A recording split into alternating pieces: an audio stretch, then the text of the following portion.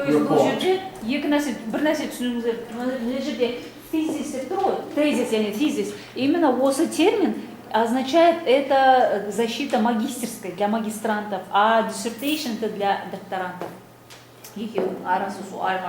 Но иногда они могут быть взаимозаменимы, иногда что-то где-то меняются, да, вот эти. Но основное их предназначение брива для магистрантов, а dissertation это более уже обширное понятие, ол для PhD арналған, естественно, более кеңейтілген болады, да, более обширное. Вот в этом как бы терминология білу керек сіздер. Это именно что касается в США, если вы там. So the words thesis and dissertation, one is short and one is long, and that is the difference. So thesis is smaller and dissertation is bigger. But they are very similar in structure and intent. They're not really very different, and many times the words are used interchangeably. Структура собрал өте ұқсас. Сонымен сіздер thesis жазасыздар ғой жаңағы бірінші сол сіздердікі. But there are also exceptions. For instance, in the university where I work in a department, at the master's level, it is not normal for the students to write a thesis or to do so-called research. Why? Well, educational technology, as the word technology implies, in the sense that technology means applying science to practical problems. 15 videos, I put them out on YouTube, so anyone who is interested in how to avoid international terrorism problems can access them. Видео инженахтав в YouTube жіберем, то есть, чтобы собрать мнение, да, и еще и распространить как бы свои исследования. And then I will carry out an evaluation study. That is the research, the research. I go out and find out, did it work? Did people learn? Did they enjoy it? Did they use it or did they reject it? Он evaluate, то есть он оценивает этим, как люди вообще к этому относятся, заинтересованы ли, или вообще участвуют ли, или қандай көзқарасы бар. Соны, если мен исследовать это бағаласам, это уже исследование, это уже research считается. So you can see how the master's level becomes like they're doing a real job, like solving a real problem. То есть, если решение конкретной проблемы, это уже тоже исследование. Ну, для того, чтобы решить проблему. This is not characteristic of all American universities. It is characteristic of our university in subject areas which are practical subject areas. And educational technology is a practical area. So we don't expect master students to write abstract theses. We expect them to do practical, useful projects. То есть я больше, чем абстрактный нелерден, теориядан көрі, көбінше осындай реальный, практический нәрселер қажет дейді, да? Көбінше реально, практически өзінің несі маңызы бар. But at doctoral level, yes, the classical traditions of planning a research, carrying it out. PhD-де уже теориясы все-таки был керек, абстрактная теория, қосымша, обобщенный яды. Бұл жерде тек реально практика жизни, мастер дегенде сондай болса болады дейді, да? Но у них это так, во всяком случае. Он со своей точки зрения, с точки в рамках своего университета. Поэтому, кстати, он и обращается, если сайкистов болып жатса, если сайкистов болмай жатса, в принципе, соны как бы замечать этого отырыңыздар айтып жатыр, да? So I would ask, is this 12 years before going back to live in the town I had lived in before, Rio de Janeiro, because it's a lovely town. And since then, it's a very nice town. It has nice beaches. It has nice sunrises, just like the sunrise at Stonehenge. And I set up a company called Training. Он открыл компанию в Рио-де-Жанейро. Training Technology Systems, TTS. Training So, Technology System. I started Обучение технологическим системам. Started working as a consultant in Brazil first, but then all over the world. Kazakhstan, this visit is the first time in Central Asia, except for Azerbaijan. I've been there as well. But I have been in 65 other countries as a consultant in the last 20 years. And in some countries I have been like 3-4 years directly. But I am still a professor at Syracuse University. Because for 20 years, 5, 10, 15, 20, all my courses are online. I can be anywhere. Yesterday I gave a class in America from the dormitory here in the university. Why do you say you pass my door and you see the light is on at 5, 6 in the morning? Because that's when the students are awake in America. And we work. We work on Skype, we use Zoom, which is a conferencing, and we use asynchronous methods. Online, you know. So that it is possible to do education in very different ways today than was the case in the past. Сегодня это обычно в его практике, и это возможно вести образование, преподавание, как бы дистанционное, которое мы только начинаем открывать. Вчера он давал занятия в своем университете в Нью-Йорке через онлайн. And I would like to just go quickly through, and maybe these things you do already know. What has happened in the last 15 years? Что случилось в течение последних 50 лет? Is developments which are going to completely change higher education. Well, other educations as То well. развитие, которое But произошло, today we're talking изменило of наше university высшее образование. education, technical education. Completely change. Полностью изменило. Not just a professor like Ромишовский who happens to give his courses online, to a department which for 20 years has been a department of educational technology, so it's used to that. But everywhere, there are universities in the world which have so many students because they are distance universities. The biggest is the Indira Gandhi University in India. Самый большой открытый университет это Индира Ганди. It has more than 4 million students. 40 миллионов студентов. Согласно возможности дистанционного обучения. I went through some slides very quickly. I shouldn't have done that because there was one which showed, but because of timing, there was one which showed me with some people having a meal in Indonesia, in Jakarta. And that was at the Jakarta Indonesian Open University, Universitas Terbuka. That is not so big, but it has nearly 1 million. It has 850,000 students. Индонезия, в Джакарте, в Индонезии, также имеется открытый университет, где 1 миллион студентов. But in India there are 5 universities with more than 1 million students each. Индия, конечно, опережает 5 университетов, в которых больше миллиона студентов. And even in a place like South Africa, также они делают такие же проекты в Южной Африке. Which is a developing country still. Хотя до сих пор Африка развивающая страна. There has been a distance education university Там есть since 1948. Университеты. С какого? Since 1948? 1948. It was After set. Second World War? Yes, just after Second War. В 1948 году в Южной Африке уже был открыт дистанционный университет, как бы так как они удаленный участок, чтобы их обучать. The history of that university is interesting because it was set up by the white ruling class. White ruling class. The white people. For the blacks. It was a cheap university. It was correspondence course. You know, correspondence course. So.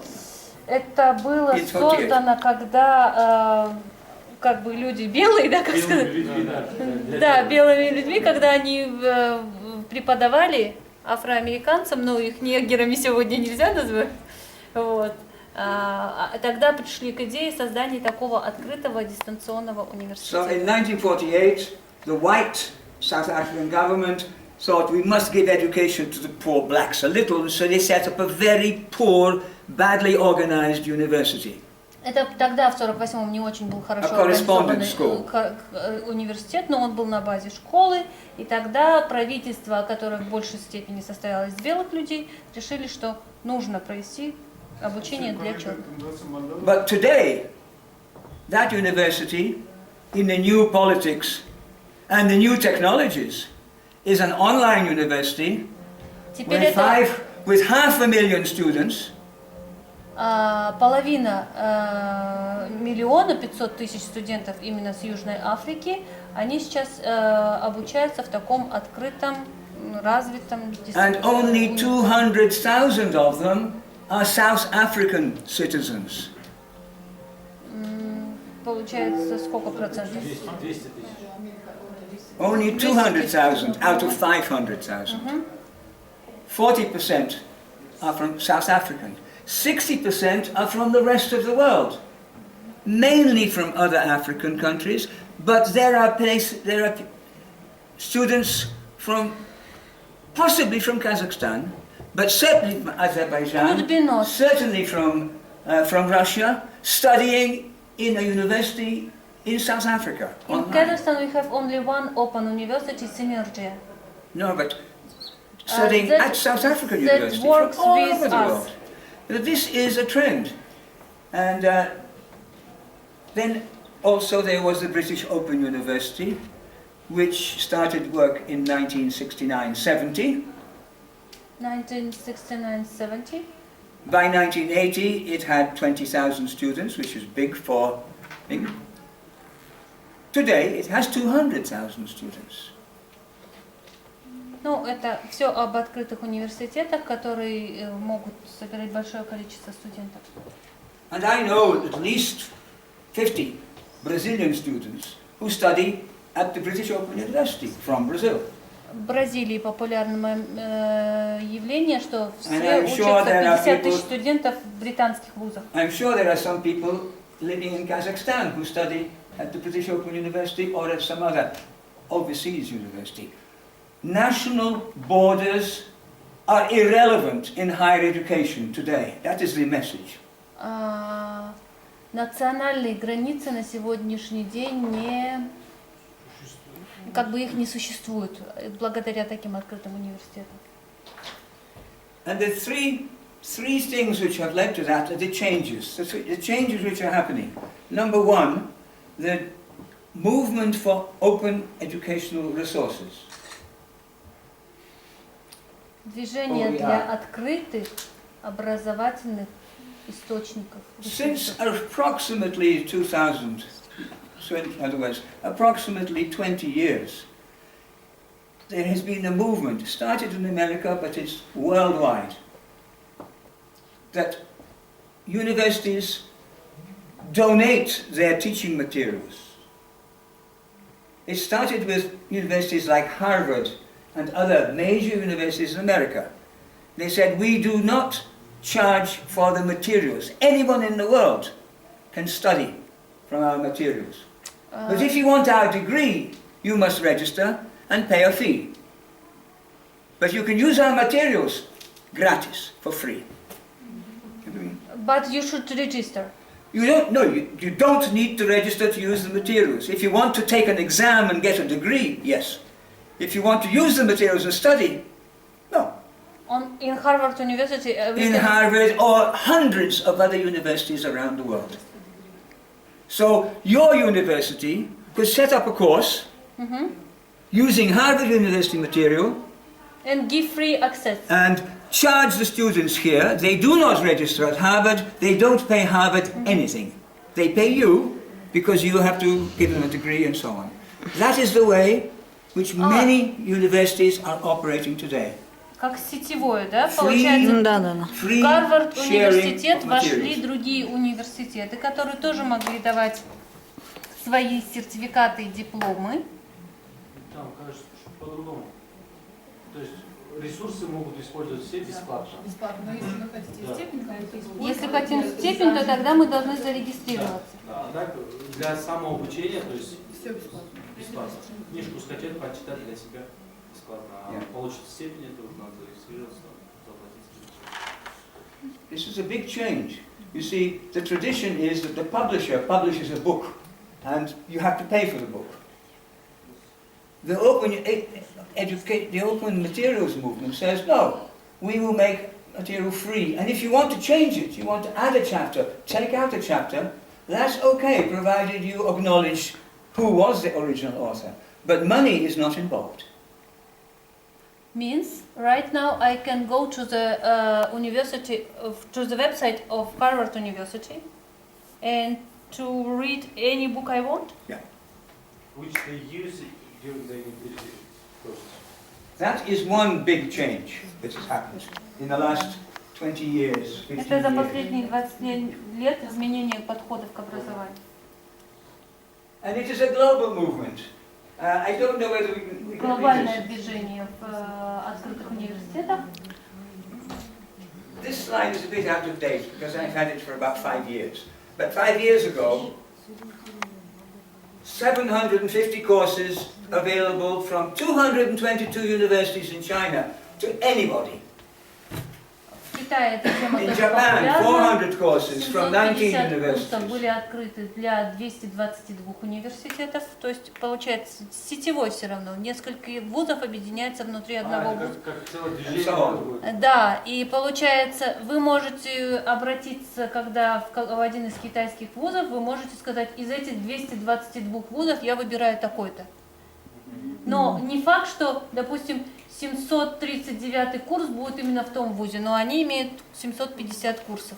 Но вы можете подобрать и вуз, и курс, и получить диплом. Или бесплатно просто почитать. the second big change which is happening Второе большое изменение, is которое referred to случилось, as MOOCs. это МУКС. I have no idea. What does it What mean? is a MOOC? MOOC. A MOOC is a massive Массовое. online open course.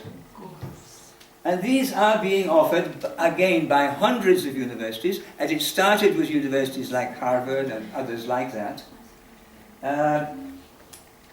Массовые открытые And онлайн-курсы, it means которые объединили... A professor puts his course online for free, Опять же, бесплатно. Все and профессора anybody, записывают свои anywhere курсы in the онлайн. world can register for the course.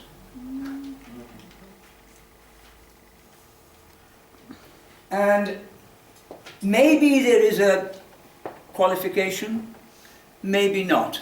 Many people will register just to get information.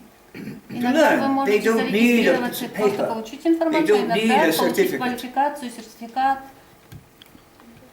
But maybe they do want a certificate, in which case they have to register at university.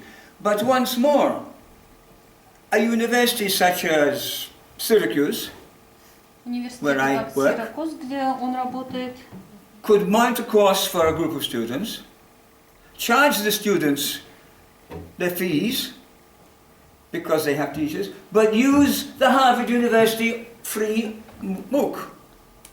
And they will get a Syracuse degree for studying from Harvard professors.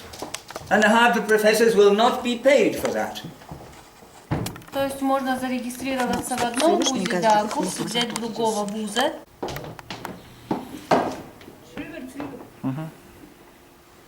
This is just to remind Глобальное us требование для образования сегодня. that a study which was carried out in 2010, a few years ago, suggests that by 2025, which is in 6 years' time, Будет через 6 лет, в 225-м. the demand for higher education will double. There will be 2,000 in week 2, 11,000, so on. The final number who qualified are 2,200. кто out of an получил initial 53. квалификацию, это 1000. 2211 из 53 тысяч. А потом каждую неделю кто-то выходил с данных курсов. But that's an interesting phenomenon. It's an interesting phenomenon because Это интересный how феномен. many courses do you know in any university that you know which graduates 2,000 I don't mean the university, I mean one course which graduates 2,000 students. Как много That's a вы big знаете course. курсов, которые It's a могут big course. дать So- диплом, да, graduated, Although довести this, до диплома, 2000 студентов вы их никогда не видите. so all this is only 9% of the initial interest, less than 10%. It's still a very big number compared to the traditional university, which takes 25 people for a course, 50 people for a course, undergrad and master's courses. In Syracuse, never more than 25, 30 people for a course during one semester. One professor teaching 25 students for one semester, one course. Very expensive, a lot of money. Сегодня это дорого. So one Один professor, профессор несколько one преподает. professor teaching online, which is open to 50,000 students, the fact that only 2,000 complete the course is a very small number from that, but it's a very big number compared to the traditional university. This is one professor teaching one course. Yeah, we It got could be 25 at master's level, it could be 250 at undergraduate level, a big room like this. But only 200, not 2,000. So this is at least 10 times better than the traditional university. At least 10 times better in terms of the graduation thing. And also, all these people who did only a part, they didn't get a degree, but they learned something. They learned something from what Даже they если did. кто-то из них и не дошел до уровня диплома, но они же все-таки обучились как-то, So you have a double value. что-то узнали. Maybe they stopped because they were very busy, they were having a baby.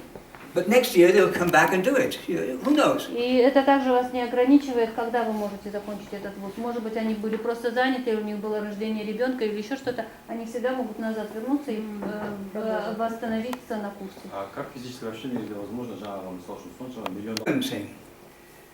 And I will complete because, Ага. with one example, which is an Сейчас example он I, будет завершать с an одним example I примером. know quite well because I met the man who set this up at a conference in Addis Ababa in Ethiopia 3 years ago. Сейчас покажет пример одного из мужчин, который создал это. And this is a little, very short YouTube video. Это короткое видео на It even YouTube. has subtitles. You could translate the subtitles as it goes if you like. But I don't see it on a screen. You will. No, I guess. 100 million. Stop. First, let me tell you what the problem is. He was crazy. But turns out he's not. Here is the step-by-step process of how this guy is building what kids reached out to donate money, and thousands of students reached out to attend from all around the world. Like this student.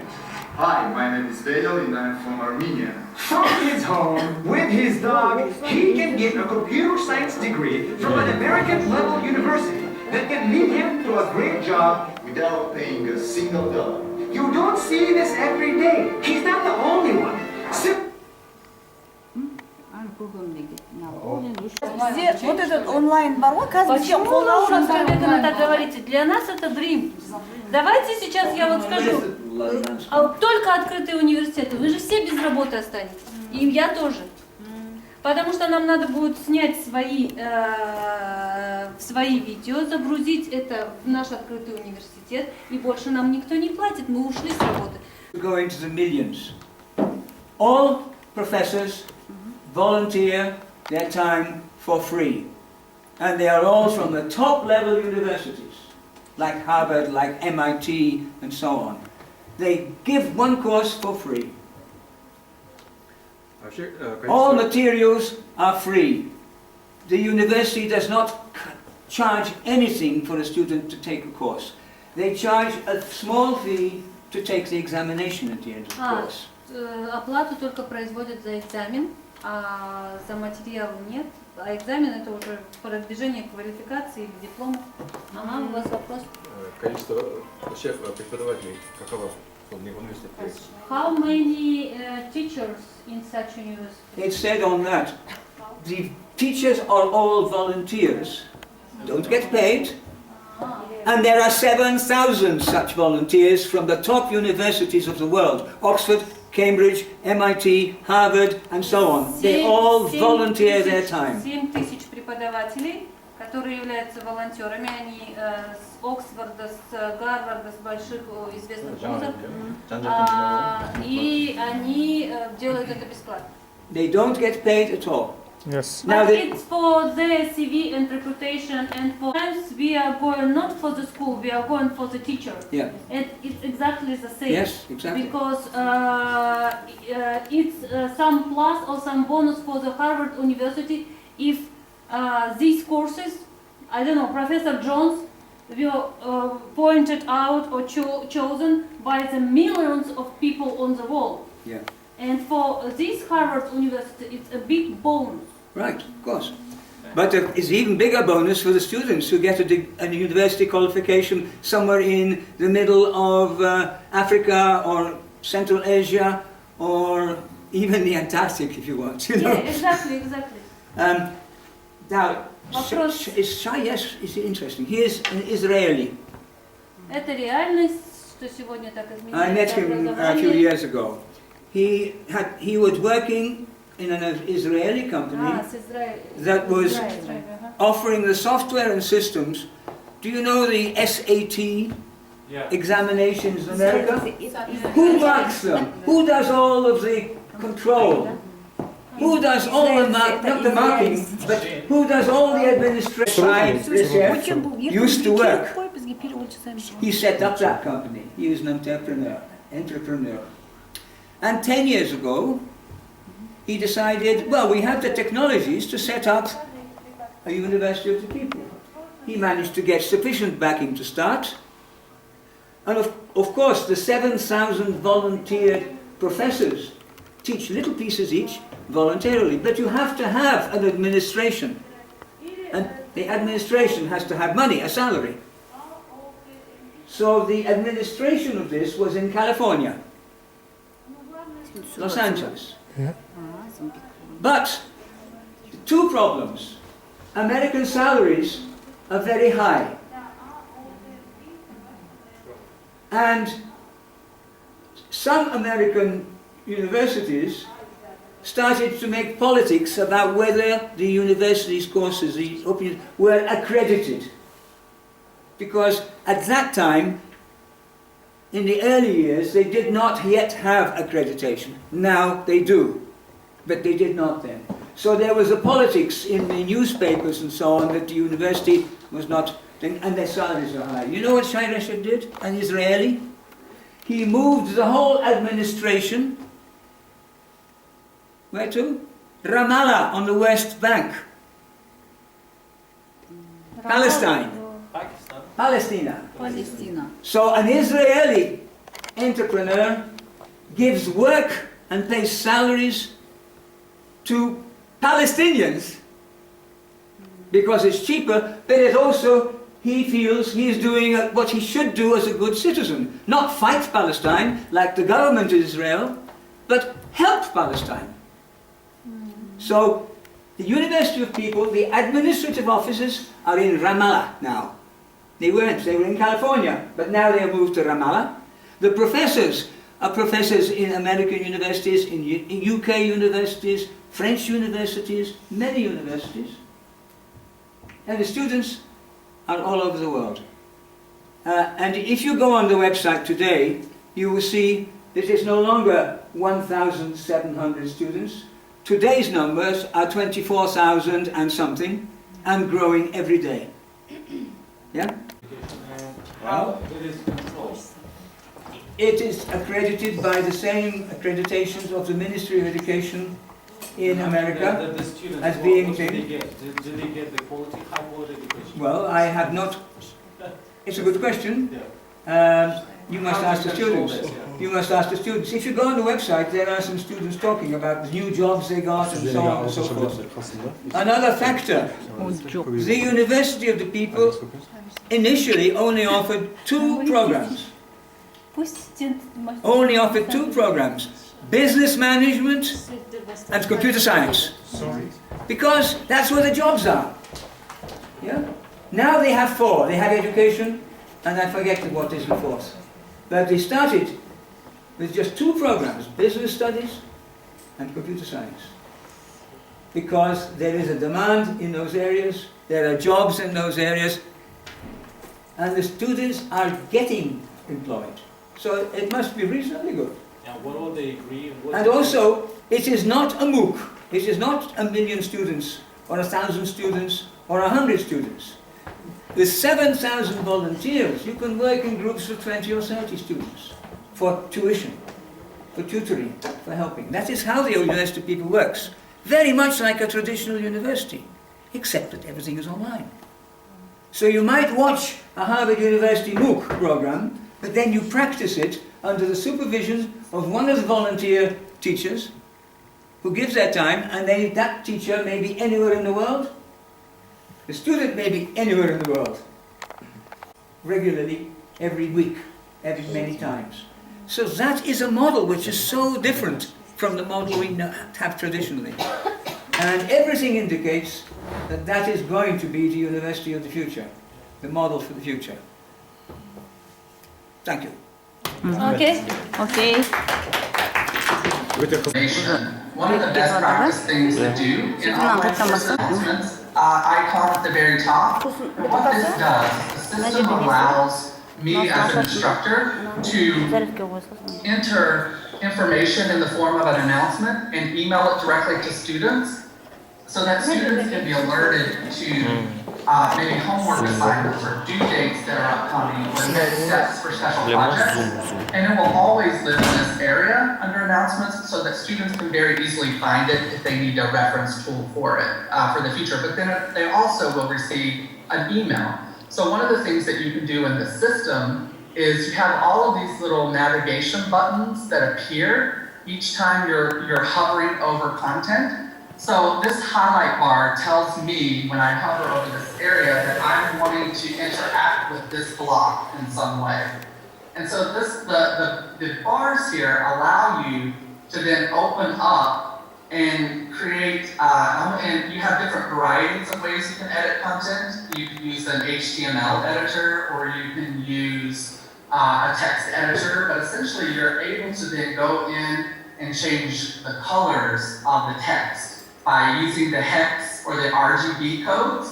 If you know, you can type it directly in there, or you can just click on a color and it will change the text for that color. So I'm going to select apply so that we can see what happens once I'm done with it. But then also, you have your editors here that allow you to do a lot of the basic software editing that programs like Microsoft Word or Ubuntu or other similar programs allow you to edit. You can maximize this stuff so that you can read everything. You can go in and you can add files. You can add videos. You can embed content. You can do mashups. You can anchor certain things that you may want to have connected to other parts of the course.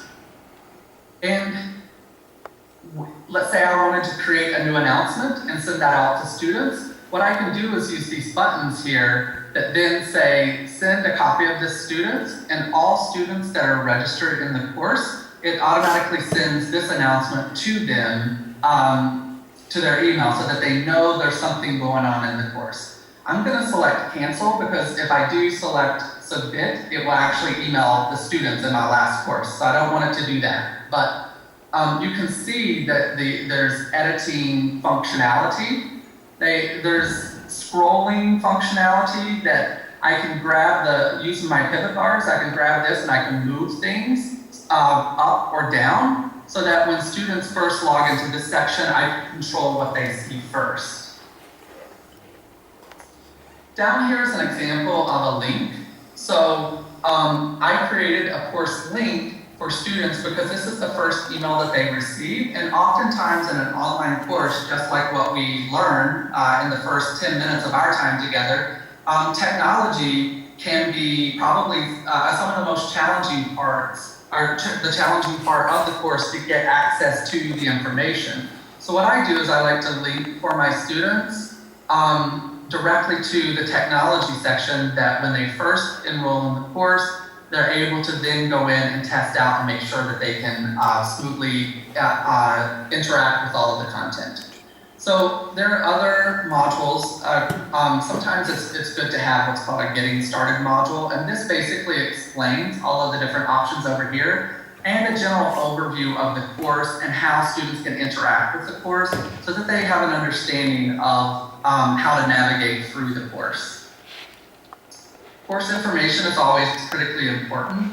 The students need to know, as an instructor, how to get in contact with their instructor, who the instructor is, where the syllabus is, what textbook they need to order. And so creating a section that has that all in one area can be very helpful when designing online courses. It's not only helpful for the instructor to make sure that you're clearly communicating information to students, but it's also helpful for students to have one area where they know they can go and get the contact information for their instructor. And so I just put my phone number, information, email address. I had a co-instructor in this course, so I included his information there. And then I include the syllabus for the course, a link for them to download and print it, and any type of policies that are associated with the course when it comes to academic policies for students. And then accessibility issues are always very important, especially in online, because one of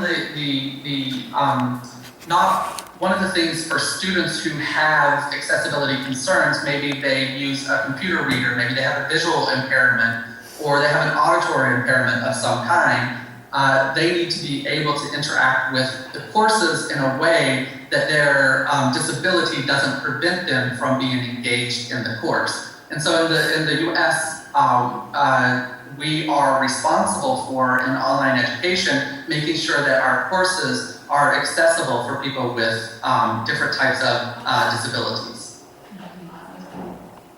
So maybe you have some questions now? Is three probably? Yeah. Just a minute.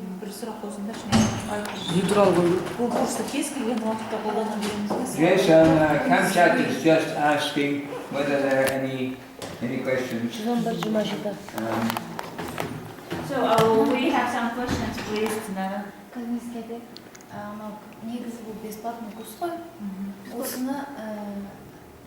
Is it a free course or by the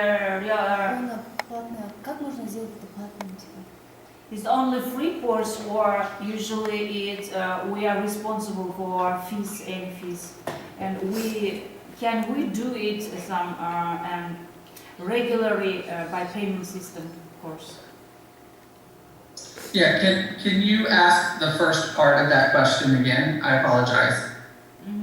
Is it a free course, or is it realized by the payment? Yeah. So in this case, it is realized by the payment. So students can only register in this course if they are a Syracuse University student, and they are in the Syracuse University IT information technology system is the only way that they can register and be a part of this course. However, like what I sent to you in an email, as an instructor, I can create guest access for students or others to join a course similar to this and participate in the course or participate in discussions as well. But typically, most all of our courses that we teach are required for students to have to be a current Syracuse University student and pay to register in the course. Okay, thank you. Yes, Jason, I guess that the distinction is that this group might browse and participate in the course, but they don't get any credits at the end because they're not registered. Yes, that's correct. So what I've done is just create a way to share the course with you as a learning opportunity for you to be able to look at Blackboard, look at the features and functions in Blackboard, and see how an online course can be built. So it's not for credit, but it's for learning purposes only. Thank you. Yeah.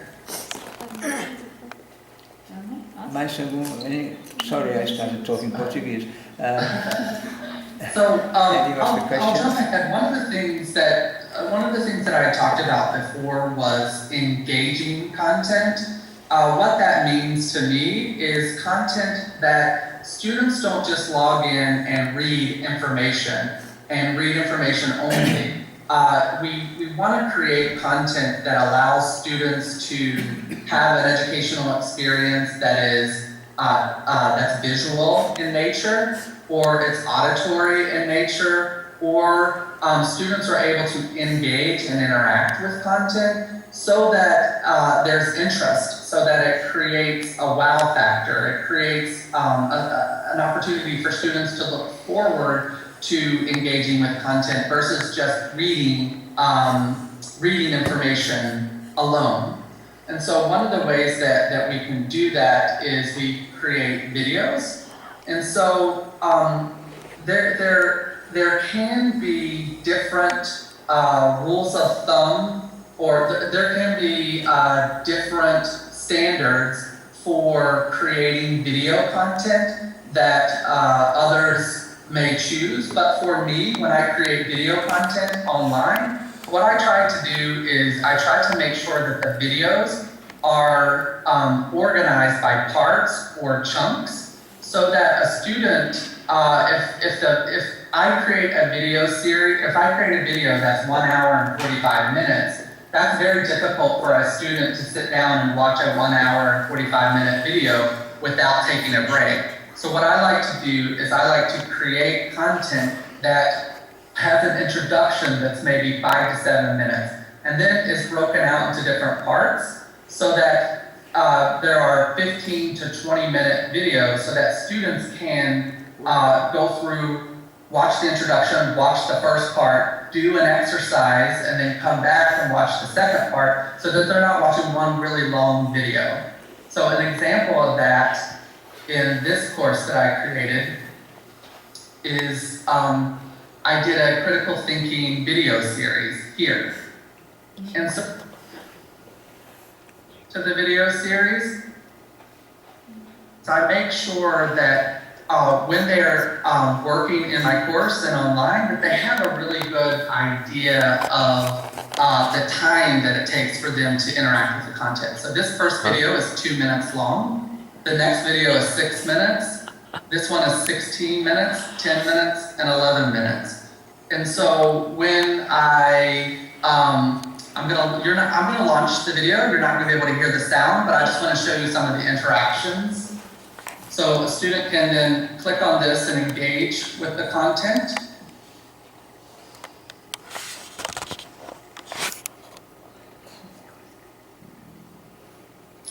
Taking time. Yeah, it's taking time. So while we're waiting for that to load, does anyone have a question?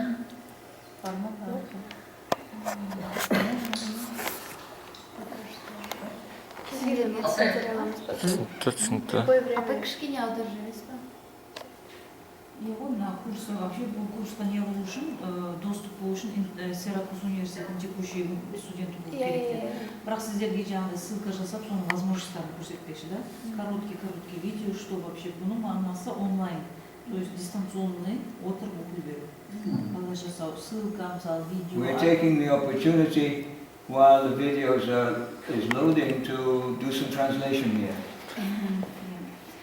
Значит, был вообще не платным, бірақ соның өзінде студенттерге платный, да? Бірақ он старается как бы вот это организовать вам обзор істеуге ше, қазір осы сабақтың барысында обзор жасап, қандай бір мүмкіншіліктері бар, жұмыс жасау принциптері қандай деймін. Кешегі ағайдың сайтымен біз кіре аламыз ба любой время? Кешегі ағайдың сайтымен ба? Кіретін шығармыз қазір бір курс. Оны кіргенмен сен тек қана не істей аласың? Оқып шығармыз. Иә, просто для того, чтобы ознакомиться и учить, а басқа бір нәрсе не қылып, іс жүзінде тапсырыс жетпейсің. Просто для ознакомления. Жоқ, ол жерде сен кәдімгі ағайдың сайтына кіресің ғой, как будто сен ағай болып отырасың, ол жерде өзің ағайдың орнына істейсің да, бірақ ағайдың работасы болады, ол сенің емес. И ағай өзіне, если студент қылып енгізсе ғана, бірақ студент қылып енгізгеннің өзінде біз оны бір нәрсе құра алмаймыз, ол кезде біз ағайдың заданиясымен айырылмаймыз. Регистрация істей алмаймыз ба сонда? Оны мұғалім ғана сені қоса алады студент ретінде, бірақ ол только Сиракузский студенті ғана болу керек. Okay, so let me show you one of the ways that I interact with students during what I call live sessions. So these are synchronous sessions that I have every Tuesday night for 90 minutes with students. We meet in a room here, and when they log in, we test out our functionality. So the same way we just did with Zoom, the first thing I would do is I would turn on my microphone and I would turn on my video. I'm not going to do it here because we have video already going with Zoom, but essentially this is the way that I can hear and see students. I have options down here in my settings that I'm able to share content with students, and this becomes really powerful when we're doing group exercises, when we're interacting with each other. It's our way of engaging with each other when we might be geographically not close to each other. So one of the features Blackboard has is called a blank whiteboard. And so what happens when students first come into the course, what I'll typically do is I will use this text editor and I will say, write your name on the whiteboard when you are logged in.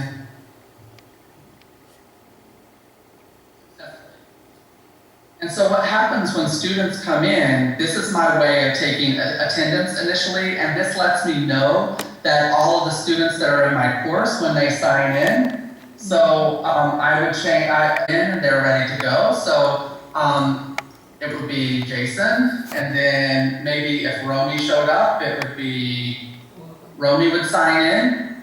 And so, and let's say, I might misspell your name, Kamta, but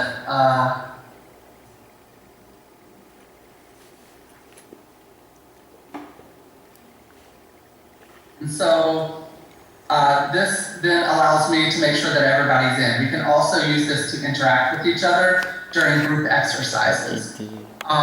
This allows me to share applications. So when I when I select the share application button, I have 3 monitors at my computer workstation. So this would allow me to then select any of those monitors to share with students so that I can engage with them in content that I would want them to see. So now what you're seeing here is you're actually seeing my computer screen looking at you. So you see myself here, and then I can see all of you. And so it's like a picture and a picture and a picture type of thing. But then I can demonstrate content and work with students if I need to share with them.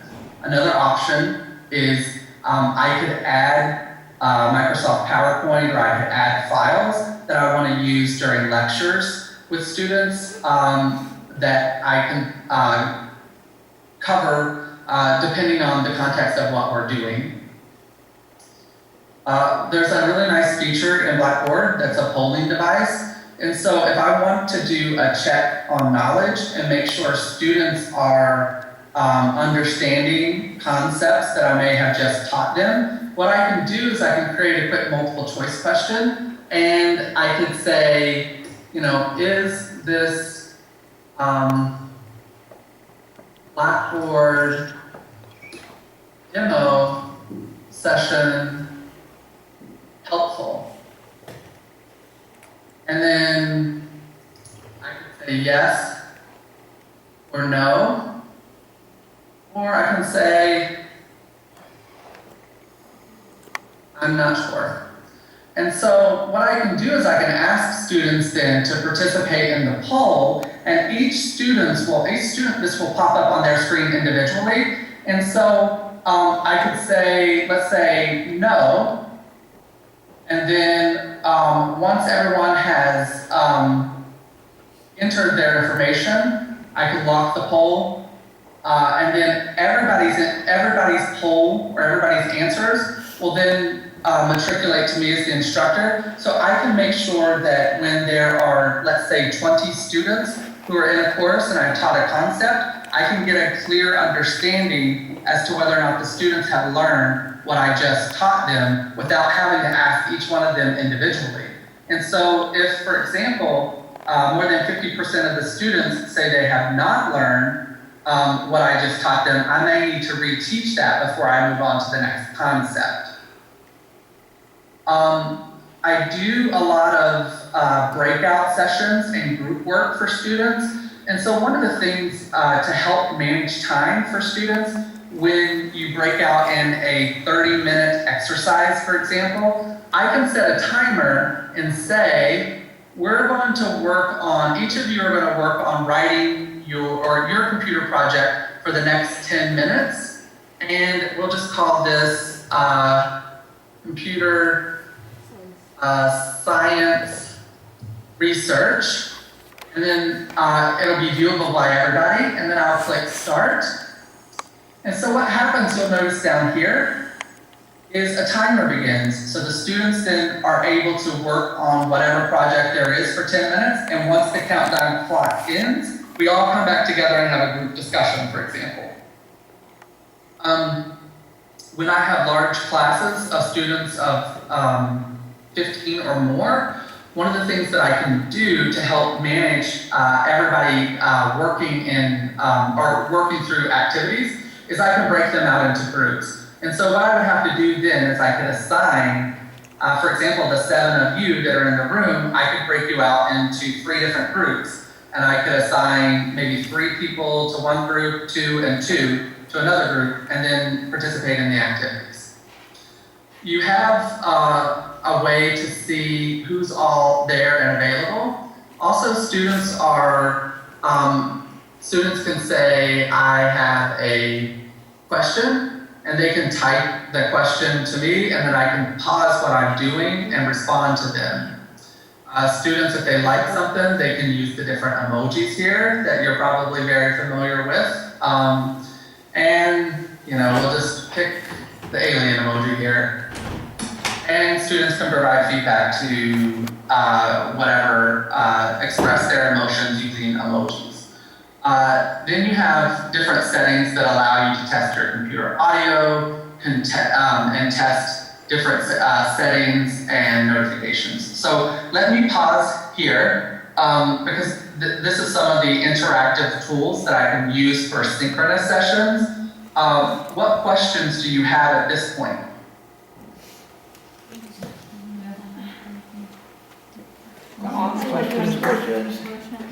Сұрақ қоямыз ба? Қалайсың деп? Вообще түсіндің ба негізі? Иә, арам жасап And what exactly do you wish to maybe answer,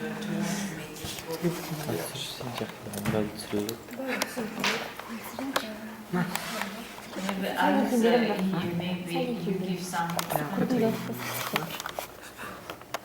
Questions are not forthcoming at the moment, Jason. Okay. Good. All right. So this is the way to interact with students using the Blackboard system. So the last thing that I wanted to share with you is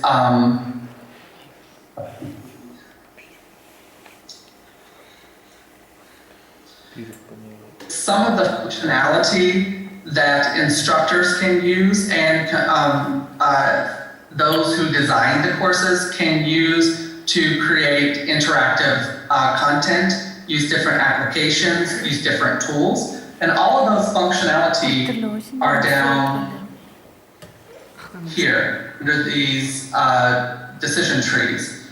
And so most important, this links to the course information for information technology and syncs up to our computer systems at Syracuse University in a way that allows the information as far as grades, etc., to be saved and synced with our university's IT.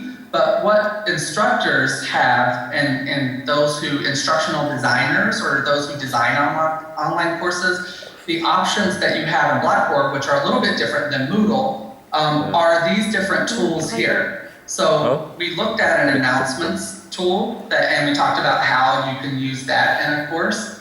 You can also use an attendance tool to where I can track my students' attendance to make sure that they show up if I have to report that. Blackboard Collaborate Ultra is the system that we just demonstrated a few minutes ago that allows you to use video and use the whiteboard and use the chat feature and share the screen. So it's the way that to interact with students. You can create a contacts, which allows you to create personalized email distribution lists so that if you have to email information to groups versus the entire class, you can do that, or you can email directly from this system to any student that's student or instructor for that matter that's part of the course. You have content market tools, which are typically external tools that you can utilize to create engaging content within the course. You have course messages. Blackboard has the ability to create custom reports. So one of the things that I can do when I'm trying to determine whether or not students are engaging with my content and how much time they're spending on each exercise, what I can do is I can run a course report, and it would generate a report that tells me that the amount of time that each student has spent studying in my course. It tells me every single place that they clicked in the course. It tells me exactly how they've interacted. So what that does for me as an instructor is when a student comes to me and says, I'm having trouble with this content, I've read the materials, but I'm not understanding it, I can see exactly where they've been and what they've done so that I can then help assist them even better. Maybe they didn't click on a critical rubric or an assignment that's important, and I can make sure that they understand that information. I won't go through each one of these for time's sake, but you'll see that there's a lot of different things that I can do down here. Of note, we have a discussion board, which is a way to create some of that social presence for students, and I'll open up those in just a moment. But I can use glossaries, goals, rubrics. One thing that's really nice is that this integrates with something called turnitin.com. And basically what that is a plagiarism prevention software. So students would submit their term papers or work and turn it in. And what it does is it scans the internet and other digital sources to make sure that the student is not inappropriately copying work from another source. And it creates a report that's proactive for students so that they can evaluate whether or not their work is original if they haven't borrowed too heavily from other sources. And then there's group reports. I have ways to do different performance dashboards and reports, and then I have a full grading center that I can use to grade all of the students. And then I can manage users here by seeing the last time that they've accessed. This customization and the packages and utilities are the ways that I copy this content from this course into other courses. And so as far as the discussion boards are concerned, what I always do is make sure that, well, this one doesn't have it because it's a shell course, but I have discussion boards here that always have one to allow general student questions, and then I have specific discussion boards for other content that students respond to each week in my course. Any questions at this point?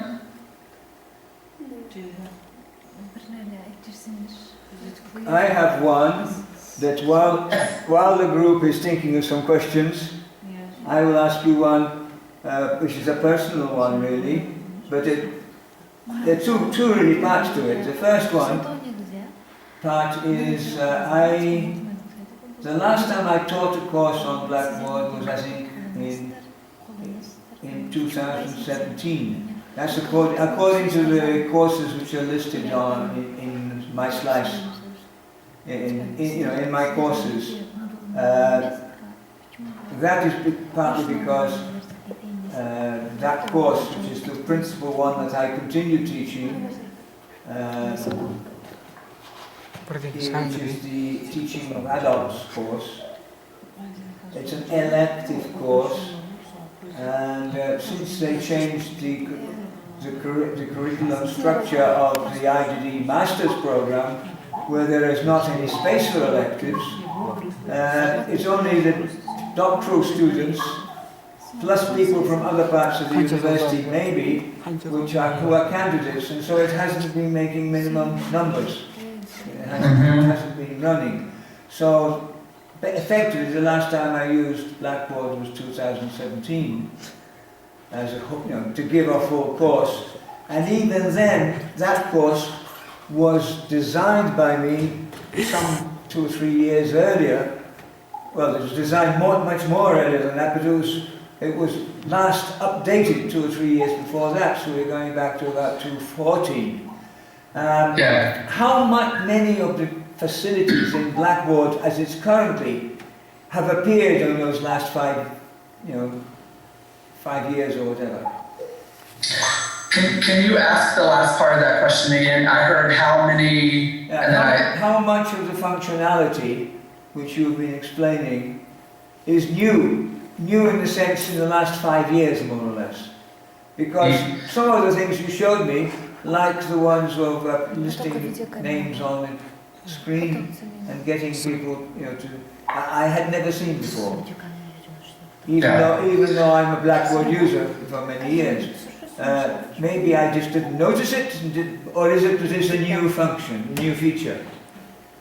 Yeah, so that's a great question, Romy. And so a lot of times as faculty members, we are subject matter experts in what we teach, but we're not always subject matter experts in technology or how to use technology, or we're not computer science people. So what happens is Blackboard has updates all the time, but it also has different, the Syracuse University makes certain decisions on behalf of all of the faculty who use Blackboard to teach our online courses. And what I mean by that is, Romy talked about a couple of years ago, some Blackboard Collaborate Ultra, for example, was not even an option. And so Blackboard Collaborate Ultra is a third-party vendor in a way that provides a service that links into Blackboard. And so Syracuse University has adopted it in the past 2 years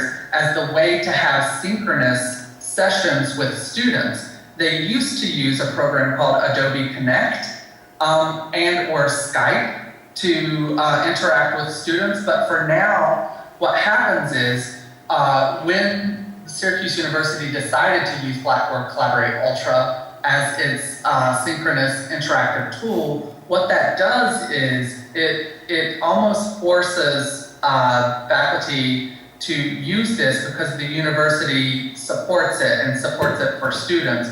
So if we use a program like Zoom, or we use Skype or some other program to meet with our students, one of the drawbacks of that is that students can have challenges with technology, but they aren't able to connect with the IT support to get it troubleshooted if faculty don't use what's prescribed. Another really nice feature of what this does and allows for students is when you are, I'm going to go into another course here real quick to finish answering Romi's question, but it's a new feature, and Turnitin.com is something that is another type of feature that the Syracuse University adds or includes in its courses. And so in this course, for example, what I'm able to do when I teach this course is I can, using Blackboard Collaborate Ultra, I can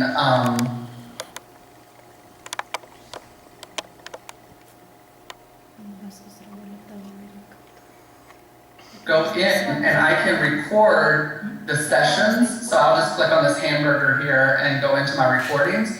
So if students have to miss a lecture, or if students have to want to refer back to a particular lesson that they learn, I record all of my sessions, and so students can come here and they can watch the session over again. And so while that video loads, I'll just continue to talk and answer Romi's questions. So this was not necessarily available as a feature a couple of years ago, but now it is, and it offers added value for students. So what they can do is they can come here and... All right, the session is now being recorded. And allow... So, you're not going to be able to hear this, but that's okay. But I have a PowerPoint of what I'm doing and interacting with students, and so they can refer to that, the presentation. While we're writing statements, And so that becomes available to them.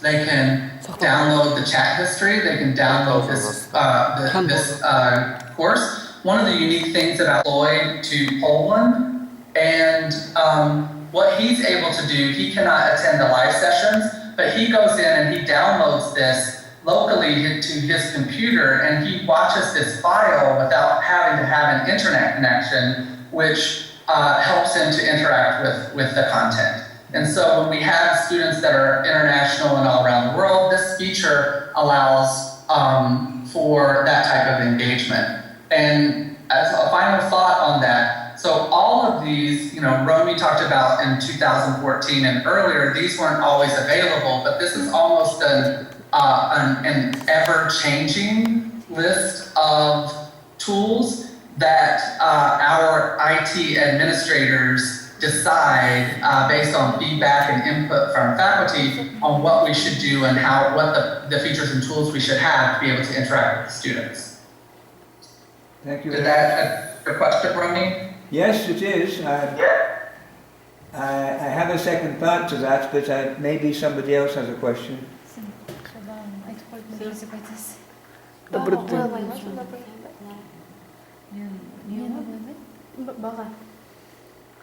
жоқ баға дейін. Студенттерді мысалы оқиды да олар қалай бағалайды? About assessment and evaluation. So I have a question. How you evaluate your students? Yeah. Good question. So what I like to do for my students is, so this is an 8-week course, and one of the things that students do in this course, each course is organized. It gives an overview of all of the week's activities. I break it down with what's associated with each week. So these are all the things that they have to do in the week. So there's an introduction, and this is a discussion board where they go in and introduce themselves. Here, this is what I do for my live synchronous session. These are all of the materials by PowerPoint, the resource files, the activities, the things that we do with students. And this is their introduction piece here. But to very specifically ask your question, in my first week, what I have for students is I always provide for every culminating assignment or project in my course a very thorough and comprehensive rubric. And so what that looks like is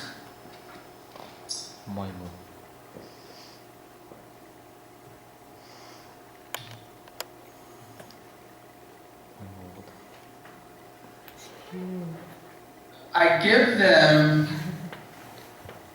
the instructions for the assignment, and I go through activities during the live session. So these are all of here are the specific steps that they have to take in order to complete the assignment. But to answer your question, I always add a rubric for my students so that they know, or examples for the students. Именно это самое. Я это самое. Видео поставьте. Видео поставьте, получается, да? Так, подойди.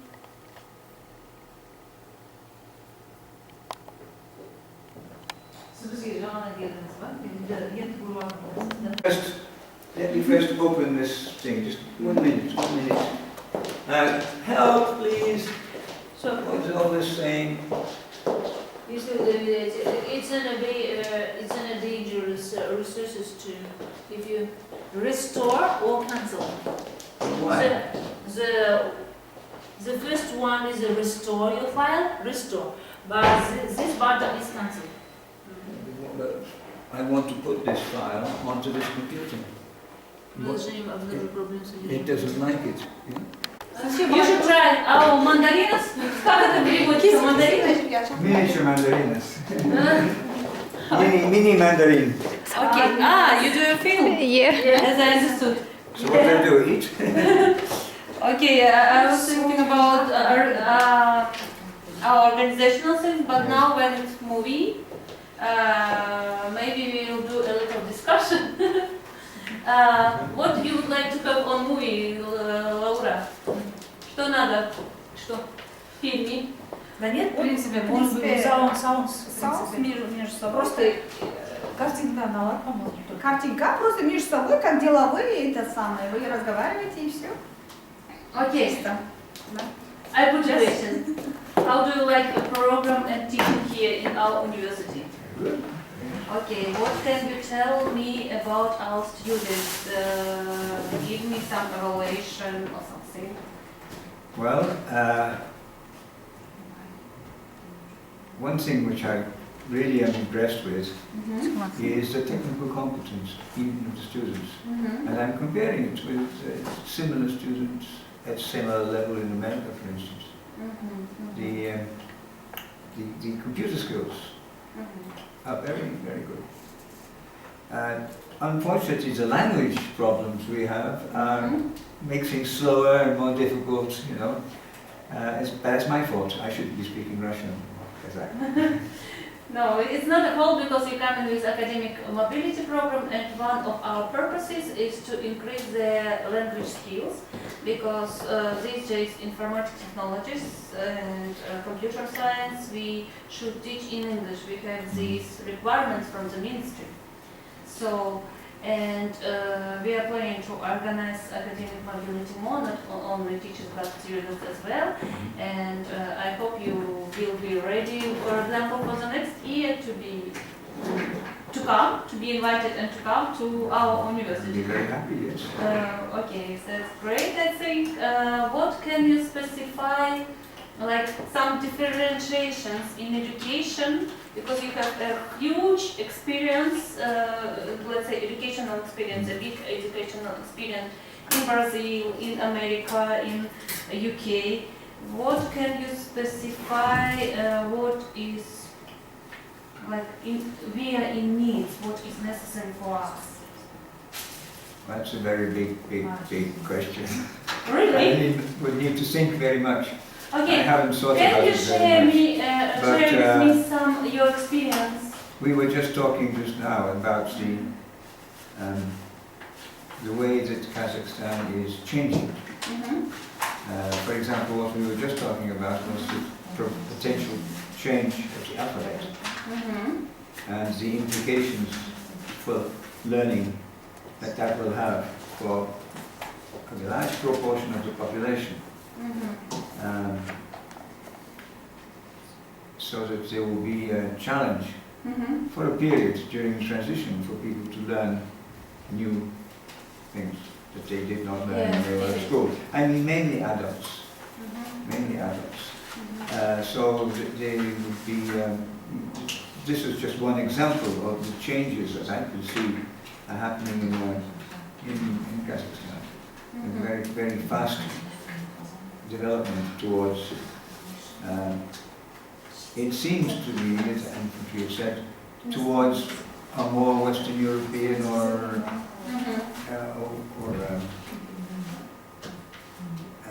maybe a model, yes. That is not necessarily the current norm. And so these changes will create new learning needs in the population. And we were talking about online learning. But these needs are going to be happening quickly. And the people already have left school and they don't plan to go back to school because they're in a factory or they have 5 children at home and they need to look after them, but they will need to learn new skills. And, for sure. And yeah, so, that's for sure. You know, what we are doing with open learning, distance learning and so on could be a very important contribution to addressing these new needs for new skills because of the change in the way that the country is operating. Yeah, thanks a lot for your answers. Все? Достаточно? One more minute. Факультет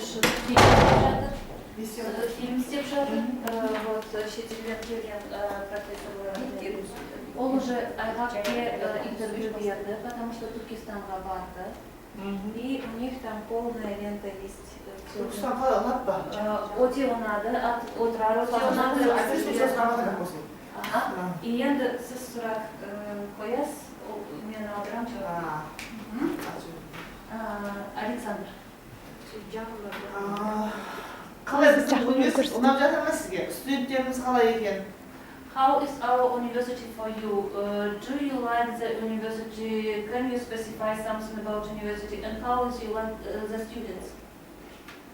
The university, as far as I know it, which is only a very small part, I found very impressive.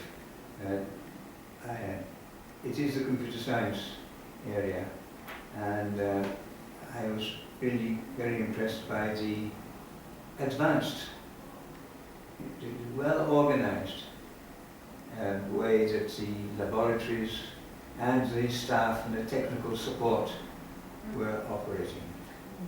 Выделяет это очень для него произвело хорошее впечатление, что у нас очень хорошие технически оснащенные аудитории, что студенты в технологиях понимают и хорошо работают, только проблемы есть немножко с языком, но именно он был очень впечатлен, удивлен, как у нас построены кабинеты робототехники, в которых он преподает. Yes, what I wanted to say that I travel a lot to different places, and very often the problems of technology create pandemonium. And here everything was very well organized. Он много преподавал по миру, это у него была Индонезия, Бразилия, Малайзия, Япония, там, но здесь ему понравилось то, что очень хорошее техническое оснащение. Бывали проблемы в некоторых странах, и в Африке преподавал, что техника... Біздің айда робототехникаға 3 кабинетке бөлігі жаңағы. Министерство тағы да жасайды бізге. Өңге біз әлі тағы да компьютерлерге 80 компьютер аламыз жаңа. This is mostly support from our ministry, and we open more 3 classes, and 80 computers will come more, because this is a project of our ministry who support us to be promoted well, to be developed well. Ministry of Kazakhstan like to do so. Енді біздің образовательный программаны осы көріп танысып шығып қандай ұсыныстар бар? Did you get a chance to see our education program? And can you give to us some recommendation or something what you find interesting or maybe not interesting like that? First day Laura gave you education program. What can you say about this? I don't think I saw the full program. We discussed pieces about it in conversations. And how can you consider it then?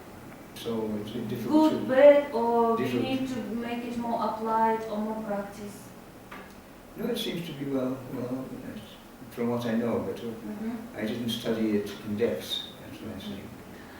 У него не было возможности изучить глубинно наши образовательные программы, но то, что он успел увидеть и посмотреть, какие предметы, то чисто в теоретическом плане все в соответствии с международным стандартом. Но какие-то практические вещи и так далее, это можно уже поглубже разработать. Образовательная программа русской периода, курса, я когда там программа предложение пьесы, химарты, курс и оны біз образовательный программаға болашақта андай предмет енгізу керек десе, и соны егер типа программалар болса алғысыңдар. Соны айтсаңдар, көрсетіңдер деп айтып жатыр, бізге сіз ұсыныстарыңызды беріңіздер. There's some request if you can like read or study some of our program of computer science and give your own recommendation from your point of view, because you saw so many, you were over the world in different universities, and if you can read it and give some of your recommendations. Yes, I'll be happy to do that, obviously, over the next week or 2 or 3. My question is, are the programs available in English language? Otherwise I will have a problem with translation.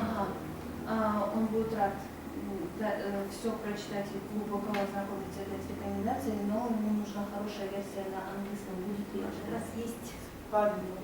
We have English version education program.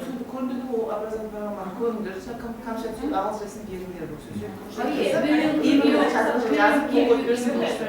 Education program.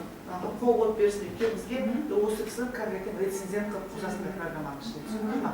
Өйткені біз айтамыз неге де ана мен сесі ашып берген кезде осы оқыды, образовательный программаны көрсеткізді и андай такие предложения дали деген сияқты айтып енді осы қай жерде орналасқан жатақханада енді орналасқан жері қалай екен ол да дұрыс деген Didn't you find any problem in your dormitory if it was okay or how?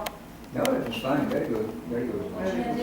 The only problem was that the heating was too high and the way of turning it down was broken, so I had to open the door, open the window.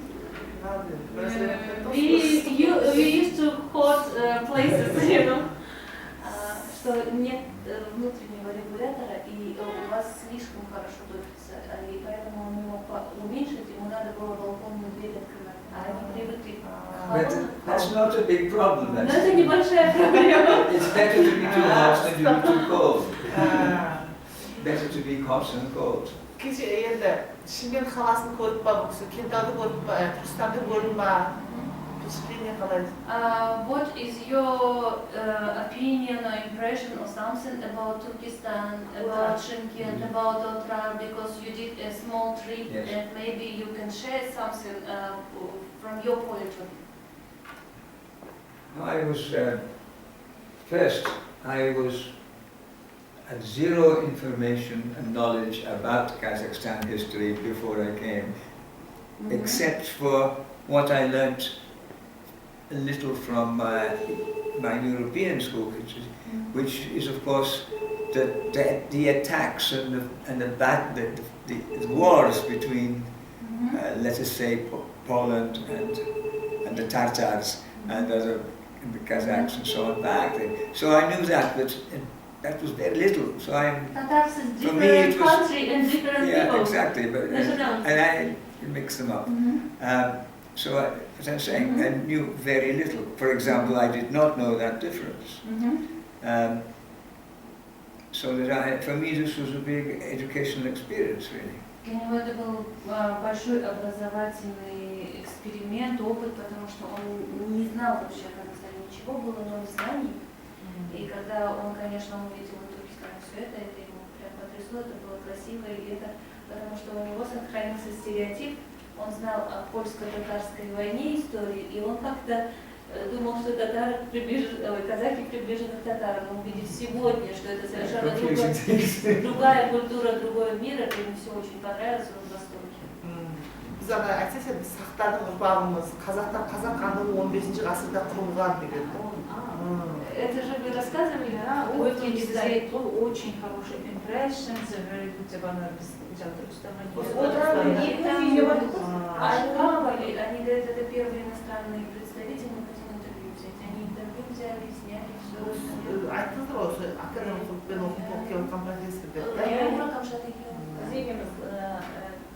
Қажымұқан музейін көрсеттік, отырардың шәуірдегі музейін көрсеттік. Сосын біз жаңадан ашылған сол күнге сол моменте түспіз. Сол жерді көрсеттік. Жаңадан ашылған, енді берғанда Шымкенттегі өлкетану музейін көрсеттік. Оған уақыт болмай жатыр да, соны ертең апармақ. Одан кейін қуғын-сүргін құрбандары музейі бар, соны көрсетіңдер. Ана Ұлы Отан соғысының жанындағы обелискі бар ғой, соны обязательно көрсетіңдер. Егер керек болса қастарға сендердің Руяткинаны қосып берейін. Руяткинаны аты Қазақстан тарихында.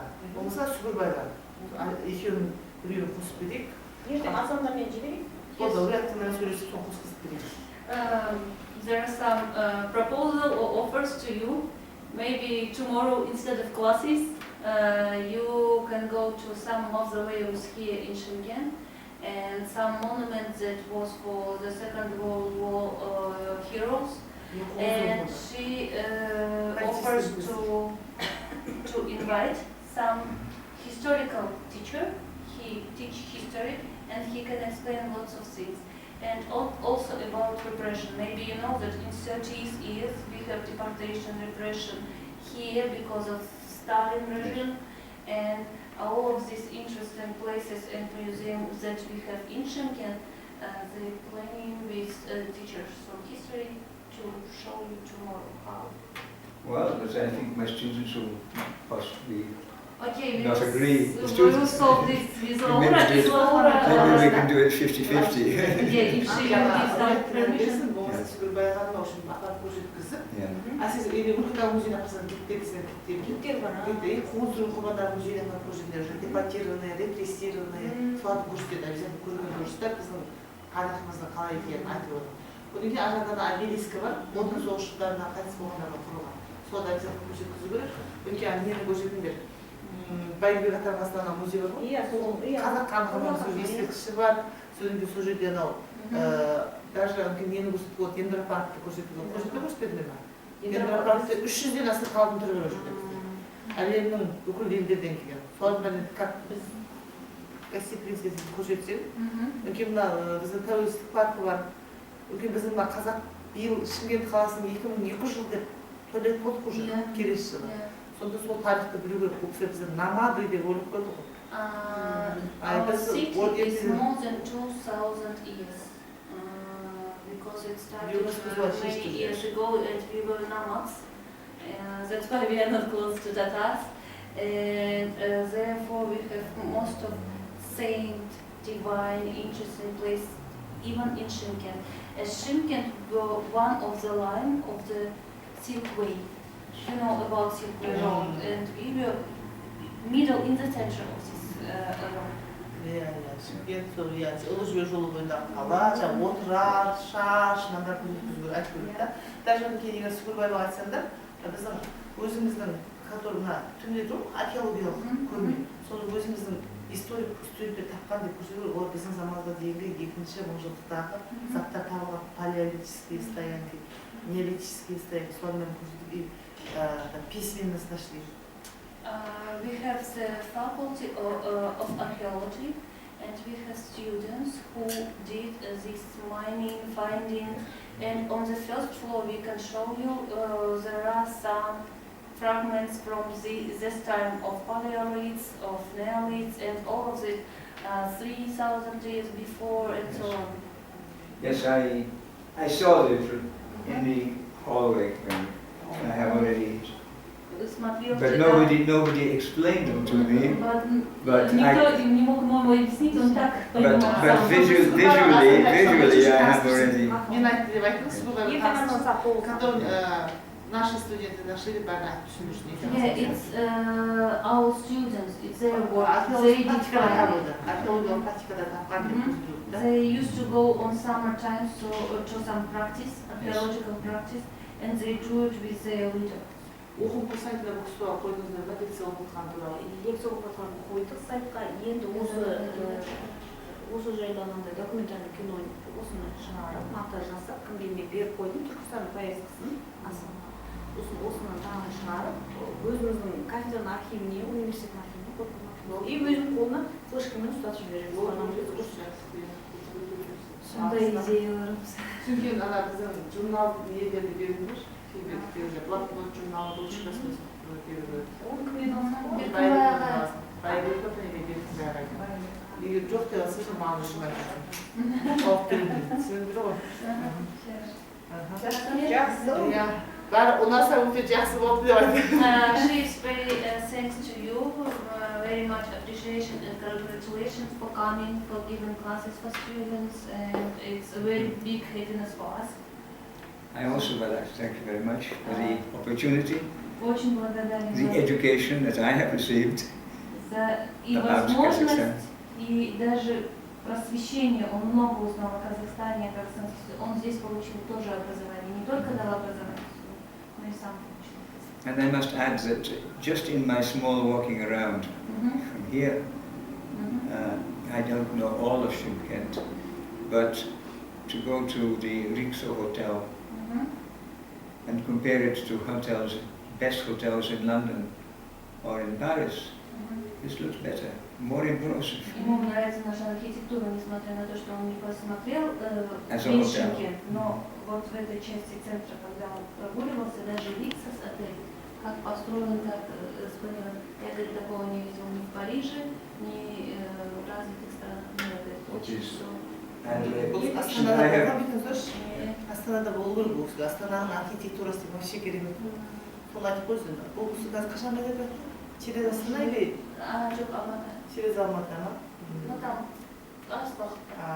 And I have eaten 2 or 3 times in the Rixos Hotel restaurants, and the food is excellent. У нас очень вкусная еда. Он и поел в Риксосе в ресторане, там, например, даже... And the price compared to London or Paris is very low. И недорогая. И говорит, еда вообще недорогая. Very cheap. Yeah, Shymkent like to do it all. We are good at food. We like this, let's say, plenty of different types of food. Not only Kazakh kitchen, we have different kitchens. Uzbek kitchen, Russian kitchen, we have lots of them. Ну да, это у нас что, город хлебный, не Ташкент, Чимкент, город хлебный. Окей? Nice to meet you. Goodbye. Have a safe flight. Yes. Сондай онда. Мен де дұрыс айттың да?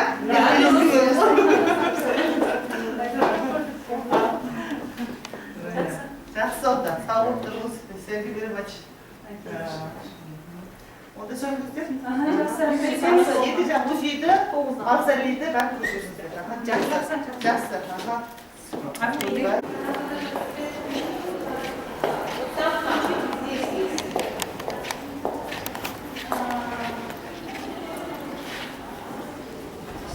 Знаете, да, где? Ну, окей, we will start from this stage, and Turhan will explain from whom it starts. Наш выставочный центр, вот он так снимает, вот так снимает, с этой стороны, чтобы его... Да, я бы да. Наш выставочный центр открыт в 2015 году в честь 20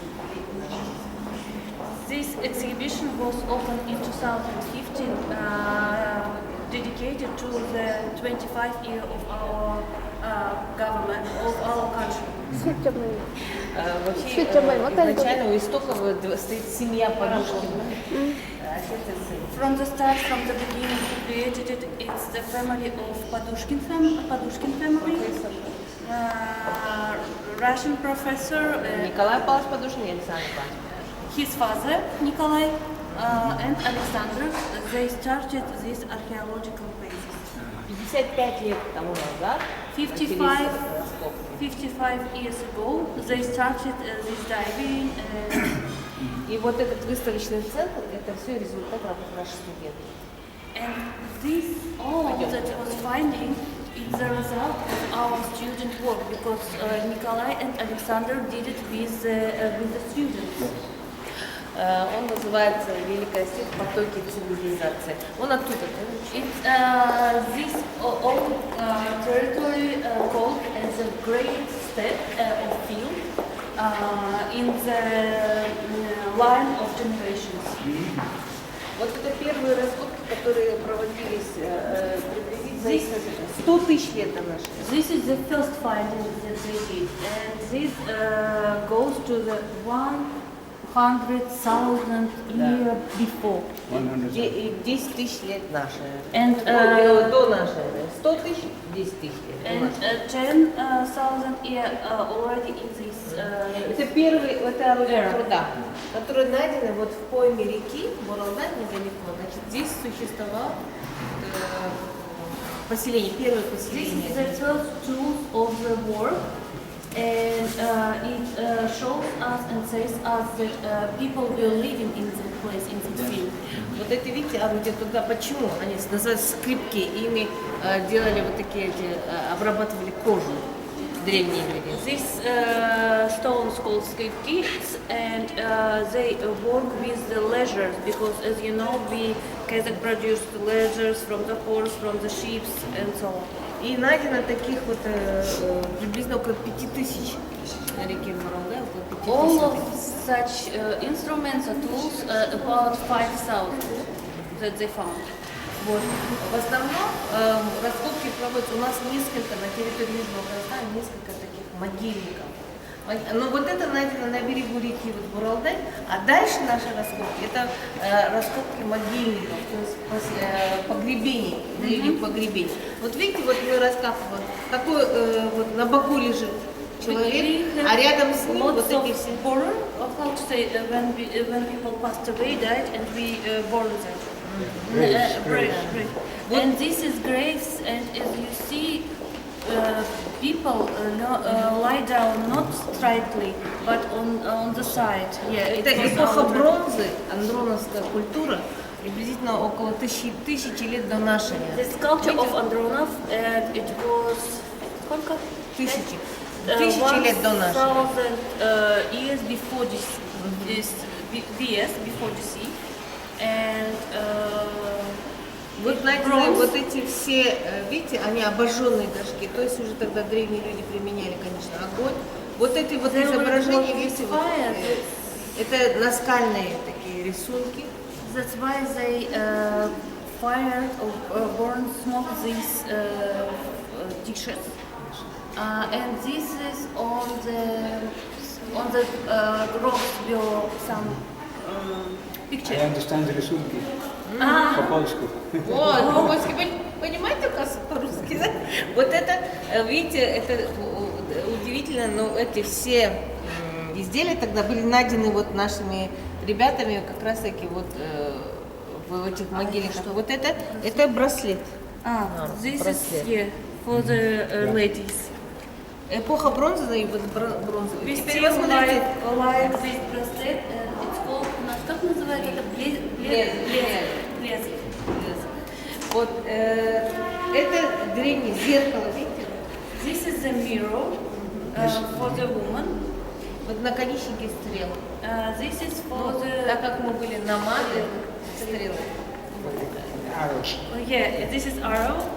Because we were nomads. Вот это хумы для хранения пшеницы. Говорят, что намада не было у них, у них земледелием занимались. Сюда еще больше. Here. Produced none, produced bread, and we put wheat here. It was to the same. Пшеница. Наши студенты, когда находили, вот эти вот все, конечно, они сами склеивают. Почти, вот 55 лет существует наш археологический отряд. 55 years we have this our archaeological camping, and they just fix it because it was. Вот это древние эти кинжалы. Это уже железо. Железный век. This is from the iron century and already some knives. Вот при этих раскопках найдены были золотые изделия. Вот это. Они находятся в государственном музее. Here they found this is from gold, Yes? But this right now in National Museum, we just gave it to the National Museum. Теперь это вот племенной союз Сюнок. Посмотрите, вот метровая, значит, 2 метра 20 сантиметров. Вот это наш предок. It is our he's 2 meters 20 centimeters because we used to be from the Aryas tribes, and Kazakhs were taller. And then we had Mongols, everyone, and our look Тогда like еще не было монголов. Ну, это я говорю, потом мы изменились, потому что мы уже маленькие стали. Вот это, видите, 3 век до нашей эры. Посмотрите, вот просто линейка рядом лежит, доказать. 3rd year before BC, and this line exactly shows that he was tall like 2 and 20. Если вы видели, в Туркестане стоит вот это вот огромный стяг держали. Они ездили же в Туркестан? Вот этот огромный держал человек. When you were in Turkestan, did you saw these kind of strides for the going to the war? And they were tall, and that's why it shows that people were a bit higher than we today. Вот это свидетельство нашего великого, вот сарматы. This is the tribes of Sarmats. Это фаянс из древнего египетских. Значит, великий шелковый путь соединял. Because already was silkway, and this is from Egypt, and it was combination. Вот эти курильницы зажигали здесь огни. Все это найдено тоже здесь, вот в раскопе. Вот, здесь некоторые, ну конечно, здесь 100-150 километров отсюда все, Чимки. Okay, this finding from all South Kazakhstan region. Oh, конечно. About hundreds or 150 kilometers from here. Вот это сосуд, который наши предки, как вы думаете, для чего? How do you think for what they use this one? Have no idea, он не знает. Для воды. Вот это приторачивалось к седлу лошади, туда наливалась вода. Вот представьте себе, какие они были. It was for water, and this they fix it to the horse. Вот так сбоку. Вот это тоже такой So it would be like this.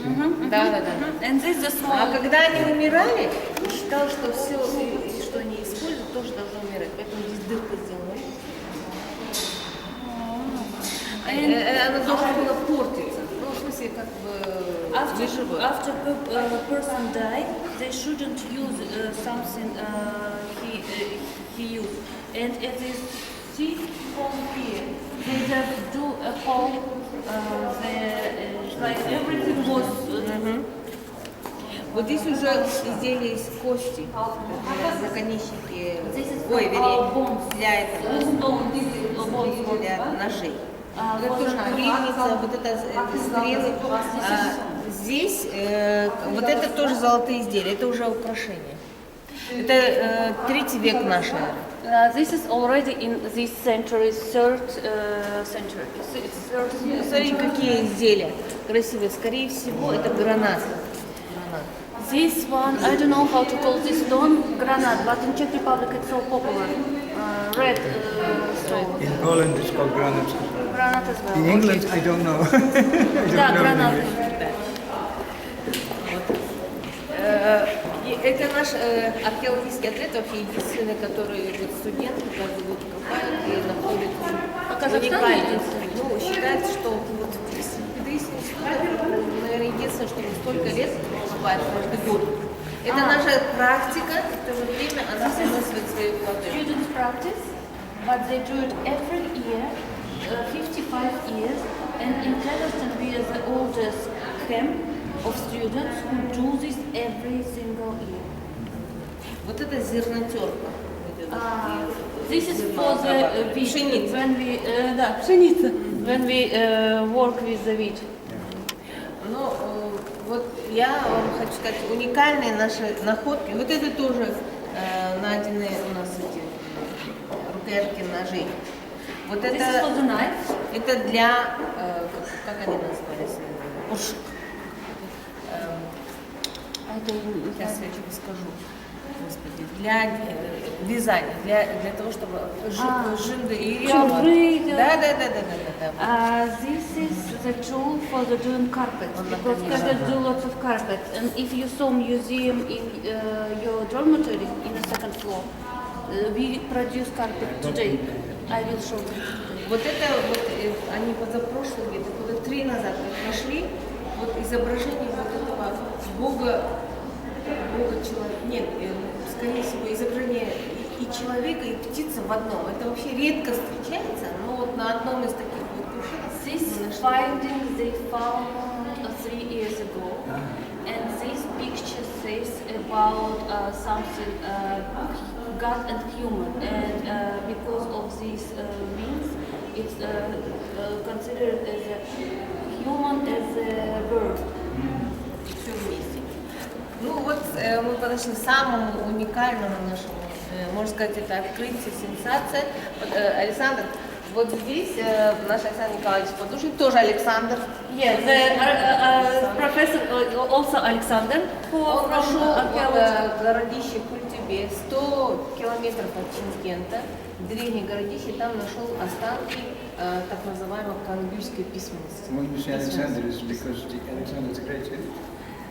We will explain this Alexander professor. His father Nikolai and he Alexander, son, he our professor. He still work here, but on pension time already, and he do it with the students. Вот найдено 16 фрагментов на глине.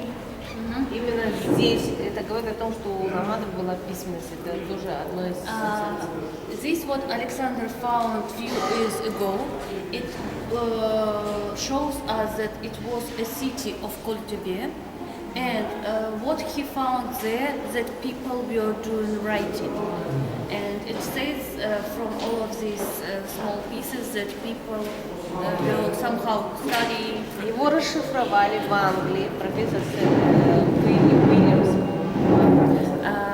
But to give some answer to recorded it, we asked some professor from UK, Williams, and he gave some answer for the thing. И что интересно, то он говорит, что это, скорее всего, архивные записи, они где-то хранились, и там записи и хозяйственные, в общем, о хозяйственной культурной жизни города. И там написано о людях в шатрах. Люди в шатрах — это намады, это о наших предках. То есть это первые, можно сказать, письменные упоминания о наших предках. И, конечно, это говорит о том, что, вот говорит, в Казахстане намады не имели письменности, как вот у нас постоянно говорили, что у нас, например, культура, но письменность — это самая высшая, скажем, степень цивилизации. Цивилизация существовала, и вот именно намадная цивилизация на нашей территории. Вообще это городище, кангюйское государство, это как бы на территории Казахстана одно из первых государств, еще загадочно, о нем очень мало известно. И вот первые вот такие сведения как раз таки вот эти письменности. This is our first state or government of Kangyu, and it really shows about that we do writing or some study. And что-то еще вы сказали? Их найдено пока 16. 16 pieces of this were found. And this Professor Williams from UK said that most of them it was about archive, that people try to fix on the paper some important things like government paper, let's say how they live, some taxes, some things, how they... 4 век наш. It is a 4th century. Вот это когда их нашли, это, конечно, и они прям вышли именно из глины на берегу реки Арыс, они автохтонные, то есть глина отсюда, значит, это не привезенные, а именно здесь. It wasn't brought to us, it was, they brought it on the, how to say, песок, я не знаю, глина. Глина. You have soil, and you do soil as a paper. In Poland, glina is glina. Okay. Mud in English. Water and sand. Mud.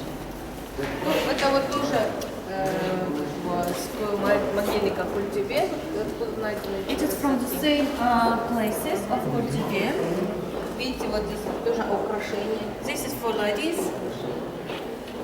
Потом, значит, вот здесь уже последний These are very common in India too, as money. Да, да. В Индии тоже так. Да. И вот последний вот стенд наш посвящен Караханидам. This is the last это городище Абдуллах-Тубе. presentation. 10-12. From the period of Karakhanids, we had the government or state of Karakhanid. It was in 10-12th century. Здесь вот видите вот раскопки, а вот найденные из рассола вот такая вот This is керамика. Dishes, ceramic dishes. Секреты этой керамики, потому что они действительно сохранились. Вот представьте себе, здесь 12 и сейчас 9 веков. Но вот это украшение, часть украшения, вот это монета. В прошлом году This is money.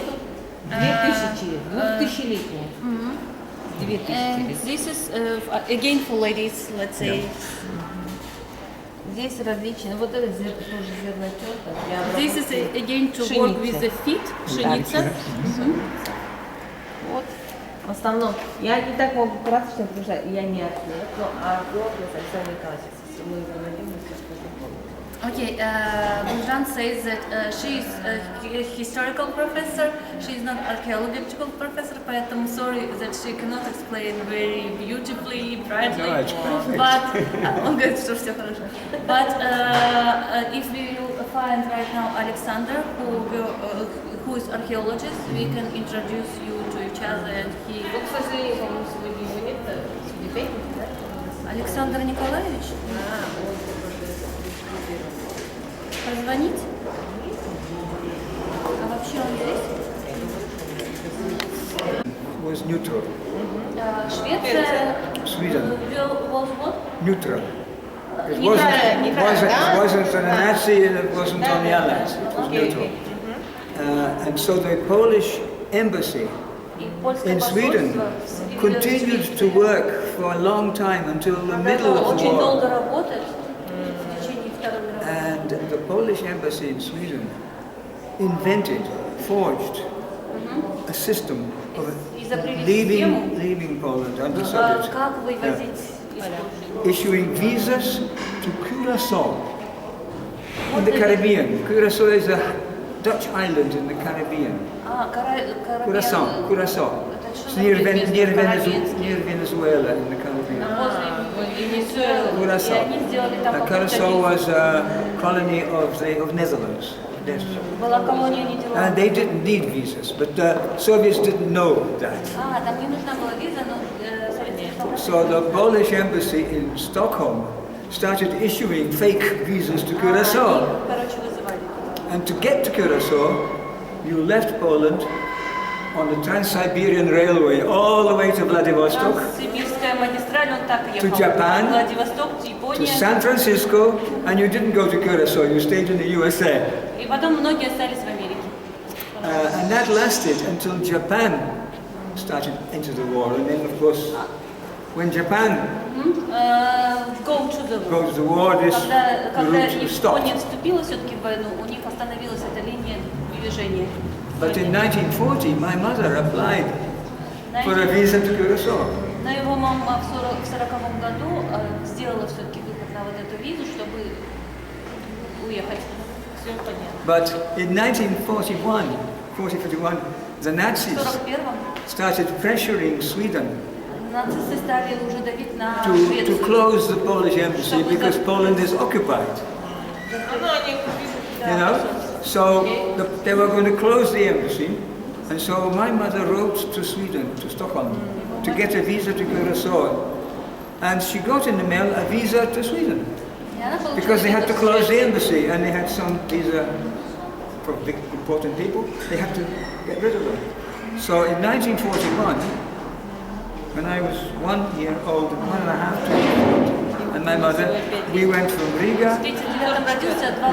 Riga to Stockholm by civil airline with the blessing of the Soviet Union.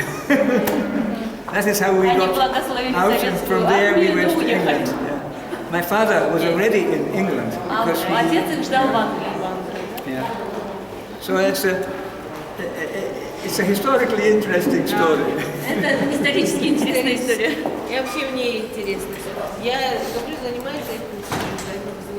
But you see, what happened was that the trains from Moscow to Vladivostok in the war took 2, 3, 4 weeks. 3 или 4 века в неделю. Сколько-то, говорит, мы недель ехали. С Москвы до Владивостока. Now it's 6 days, but then it was like 6 weeks.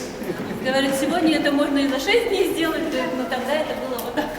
And when Japan entered the war, everything stopped. Япония вошла в войну, все. There were many trains between Moscow and Vladivostok, here, and they just stopped. Поезда ехали, и они остановились и не могли. And the Polish people just stayed there. И говорит, польские люди остались там на этих станциях, где остановили. Ну, у нас часть поляков в 863 году после восстания сюда прибыла на юг. В 863 году Польша была восстание. 1863 против России. Их сюда пришла. Часть потом, часть во время войны. In 1863 you had some revolution or some riots in Poland, and Polish people were sent to here because you had it's against Russia. And they forced some of Poland how it happened in our territory. Russia sent them here. Yeah, because about that time, and Poland only regained independence after the First World War, as a result. Because for 300 years before the First World War, that means from 1700 to 1800 to 1900, Poland was developed. And right now the guide person will explain Alexander. He will explain everything about this museum. Okay? Start. Болды, бастай береміз ба? Да, бастаймыз. Саламатсыздар ма, құрметті музей қонақтары, саяси қуғын-сүргін құрбандарының мұражайына қош келдіңіздер. This is political museum. Жалпы осы экскурсиямыз бастамас бұрын бірінші мұражаймен таныстыра кетейін. First of all, can you introduce about museum, some short story? 2001 жылдың 2 қарашасында елбасымыз Нұрсұлтан Әбішұлы Назарбаевтың тікелей қатысуымен және де тәуелсіздігіміздің 10 жылдық толуына орай ашылған мұражай. Our president, after we got independence, he let's say offered idea to open this museum. Және де осы мұражайдың сыртқы сәулеті ішкі дизайн тақырыпқа сай жасалған, яғни тематикаға сәйкес. Сыртқы сәулеті аспаннан түскен найзағай бейнесі, яғни ішкі көрінісі ол 3 түсте берілген, яғни қара түс, сұр түс және қоңыр қызыл түсті. And the design was according to the theme or topic of political repression. Алдарыңызда енді көріп тұрғаныңыз бұл топтамалық мүсін, композициялық мүсін, репрессия деп аталады. Яғни репрессия деп аталады.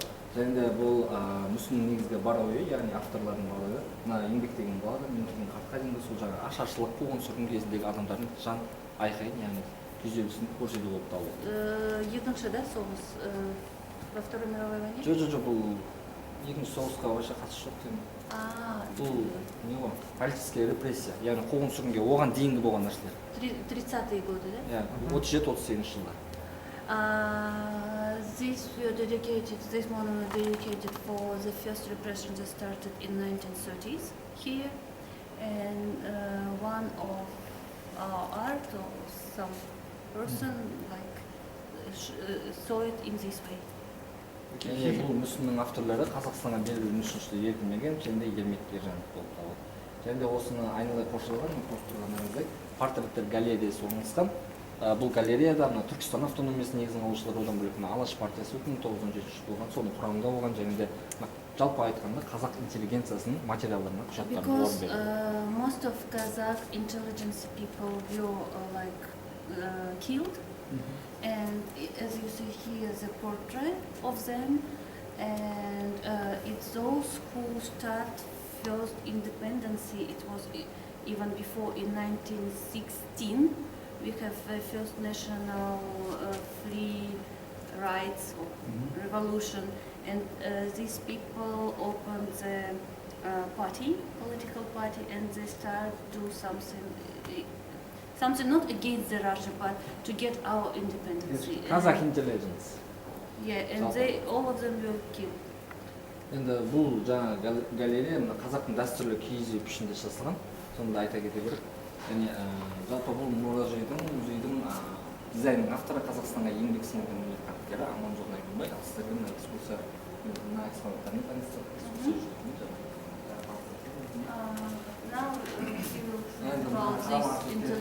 Назар аударсаңыздар, бұл жерде мына елбасымыз Назарбаевтың жарлығы орналасқан, яғни жарлық бойынша 1997 жыл жалпы ұлттық татулық пен саяси қуғын-сүргін құрбандарын еске алу жылы болып бекітілді. Және де 31 мамыр күні сол қуғын-сүргін құрбандарын еске алу күні болып бекітілді. In 1997, after over this 6 years we got independence, our first president Nazarbayev decided to dedicate some states event, even some museums that related to the memory of died under the political repression. Сол жылдан бастап, яғни жыл сайын 31 мамырда билік тарапынан, яғни үкімет тарапынан қуғын-сүргін құрбандарын анық еске алу іс-шаралары өткізілуде. And every year on 25th of March, we do these days that we dedicate to them because President did it as a national, not celebration, but that we need to show some respect to the people died. Ал менің сол жағында, бер жақында сіздер болады, мына музейдің бұрышында қазақтың трагедиясы композициясы орналасқан, яғни бұл жаңағы композиция жаңағы қазақ халқының құрылғаннан бергі көріп жатқан, көріп келе жатқан нәубет, зұлмат, трагедиялық кезеңдерді бейнелейді. This composition called Kazakh tragedy, because exactly intelligent people were killed on this in the beginning of 30s, in the middle of 30s, but mostly in 1937 and 38. Ал экспедицияның бұл бөлімінің Алаш арыстар, яғни қуғын-сүргінге ұшыраған Алаш партиясының құрамында болған кейбір Алаш өкілдерінің фотосуреттері орналасқан. Жалпы 1917 жылы Әлихан Бөкейханұлы бастаған опцияларымыз қазақтың жерінде қазақтың ұлттық тұңғыш демократиялық партиясын құрды, яғни бұл партияның құрылуы Ресей империясының Қазақстанда жүргізген отаршылық саясатын әлсірегенін білдірген болатын. Бірақ та сол кездегі Алаш партиясының құрылуының басты мақсаты ол тәуелсіз қазақ мемлекетінің құрылуы, яғни The first leader of Alash party was Alikhan Bukhanov, and these is members of the party.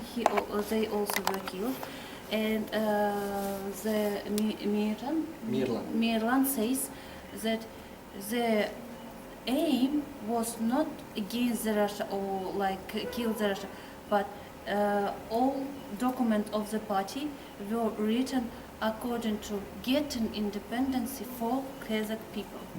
Енді 3 жыл билеген Рамов Троита сол кезде 1917 жылы Қазан революциясынан кейін құлағаннан кейін Ресей империясы 3 жыл бойы Рамов Троита құлады. Содан кейін Ленин бастаған большевиктер үкіметке келіп кеңес үкіметін құрған болды. Яғни бұл кеңес үкіметінің құрылуы бұл Алаш партиясының таратылуына әкеліп соқты. Яғни сол кезде Алаш партиясының қомақты, яғни былайша айтқанда экономикалық тұрғыда әлсіз болып, және де тұрғындарының саны аз болғандықтан осы Алаш партиясы таратуға мәжбүр болды. Бірақ та кейін Алаш партияға? Алаш партия 3 жыл өмір сүрді ғой. 3 жыл өмір сүрді, 1920 жылы Ленин бастаған большевиктер жаңағы тыңдап қоймайсыңдар деп айтқан болды. Яғни бізге барған болған емес. Оның енді амал жоқ болды, көнбеске. Сөйтіп бұл партия таратылған болды. Бірақ та таратылған кезінде бұл Алаш қайраткерінің көбісіне кешірім беріп, көбісі депутаттыққа, мандатқа сайланып, жоғары лауазымды қызметтерге тағайындалған болды. Бірақ та кейін 1937-38 жылдар жаппай репрессия кезінде көбісі халық жығы деген. I was mistaken. This first repression not in 1937 or 30. It was even when it was First World War, because first let's say rights for the getting independence we started in 1916. And after that, in Russia, the revolution 1917, Lenin's revolution. Yes. And this party wasn't so long. They had only 3 years. This party lived 3 years. In 1920, the Russia said we should close everything, and they just punished them. And I want to add that the creed of that party was the descendant of Genghis Khan. He is descendant of Hans. Яғни ол кісілердің басты мақсаты сол кезде мына Еуропа, Жапония секілді алпауыт жаңағы дамыған елдердің қатарына қосылу болатын. Ал енді экспозицияның бұл бөлімінде мына ашаршылық кезіндегі адамдардың, яғни колхоз бен батырақтардың жай-күйі бейнеленген. Жалпы 1925 жылы Филипп Исаевич Голощекин қазақ өлкелік комитетінің бірінші хатшысы болып саналды. Яғни Сталин Қазақстанды басқаруға Голощекинді жіберді. Яғни ол 1925 жылы жаңағы ол кезде Қазақстан астанасы Қызылорда болатын. Қызылорда келген бойында жайылып жүрген қазақтың 30-40 мал тұяғын көріп, оны шектен тыс байлық деп есептеп, бұл жерде социализм әлі толық орнамаған деп шешеді. It's in 1925 already Stalin sent the Golощekin to us that he is his right hand, let's say. He should press us, and you see that we became from the normal rich, let's say, people, we became poor, and we were like slaves. And this is the region of Kızılorda. It's a bit southwest. Here in Kazakhstan, it's close. And it was they started the collectivization when they started to sheep, horse, everything we had, like gold, to the state property, to the state property. Яғни содан бастап Сталиндік Голощекиннің қазақтағы геноциді басталды, яғни соған қарсы саясат.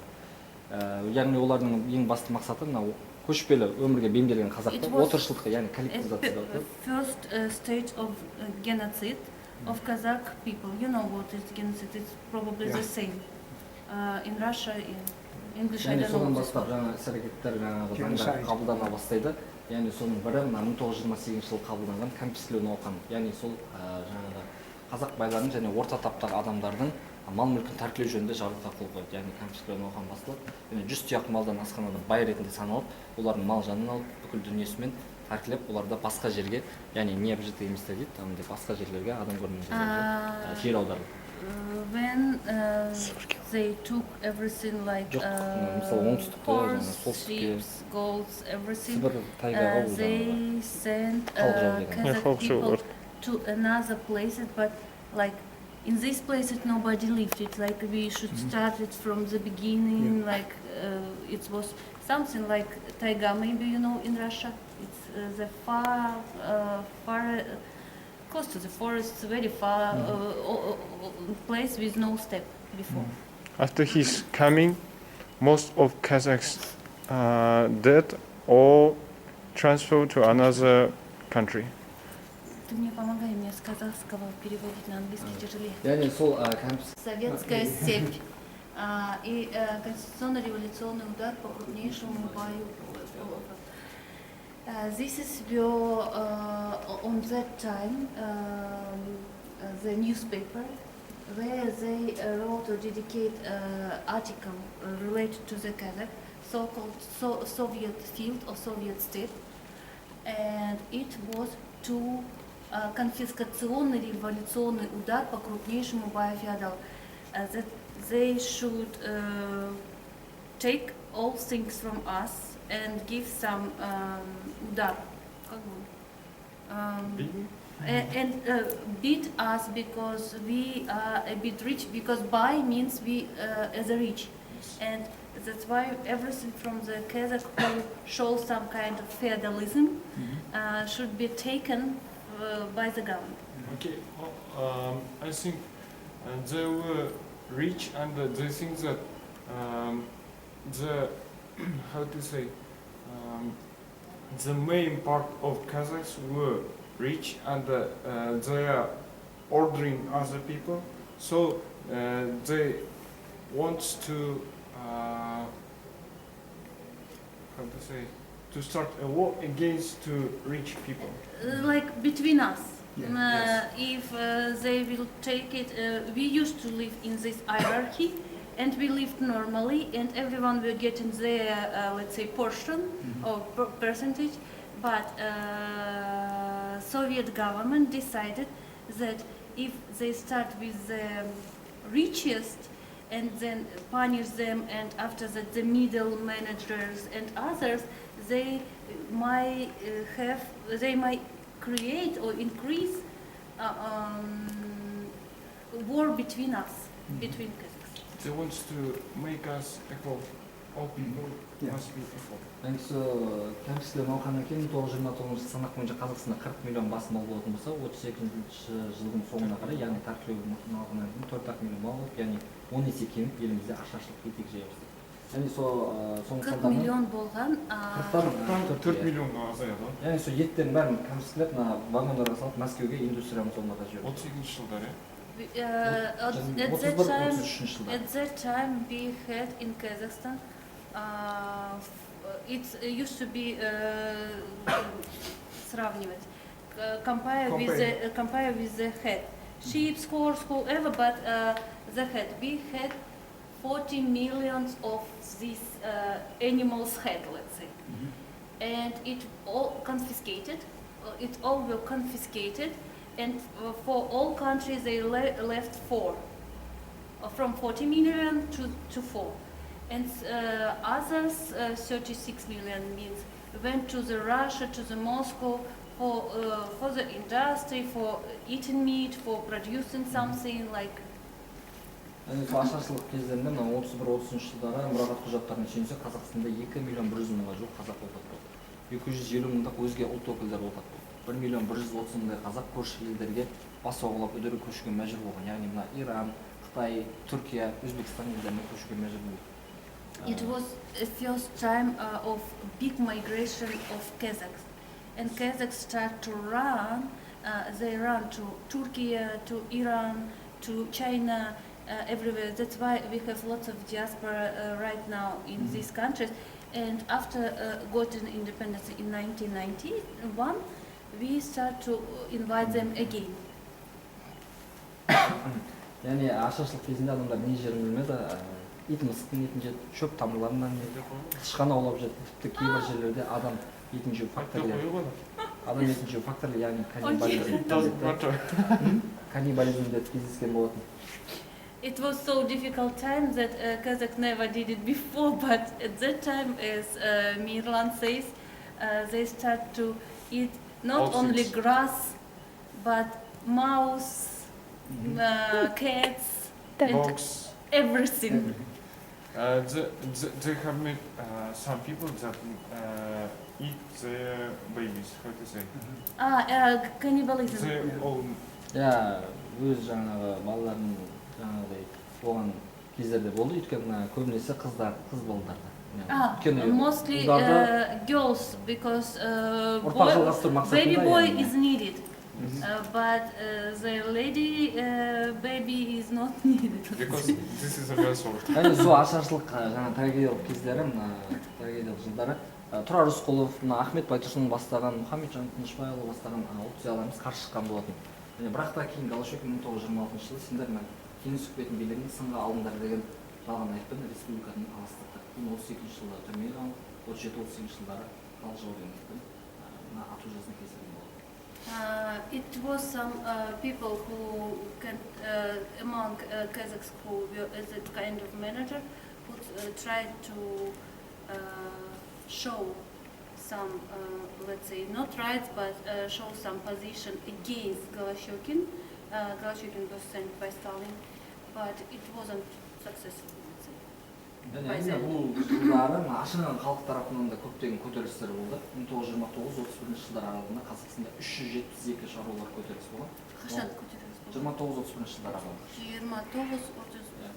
Ол көтерілістерге жалпы 80 мыңдай қатысты. But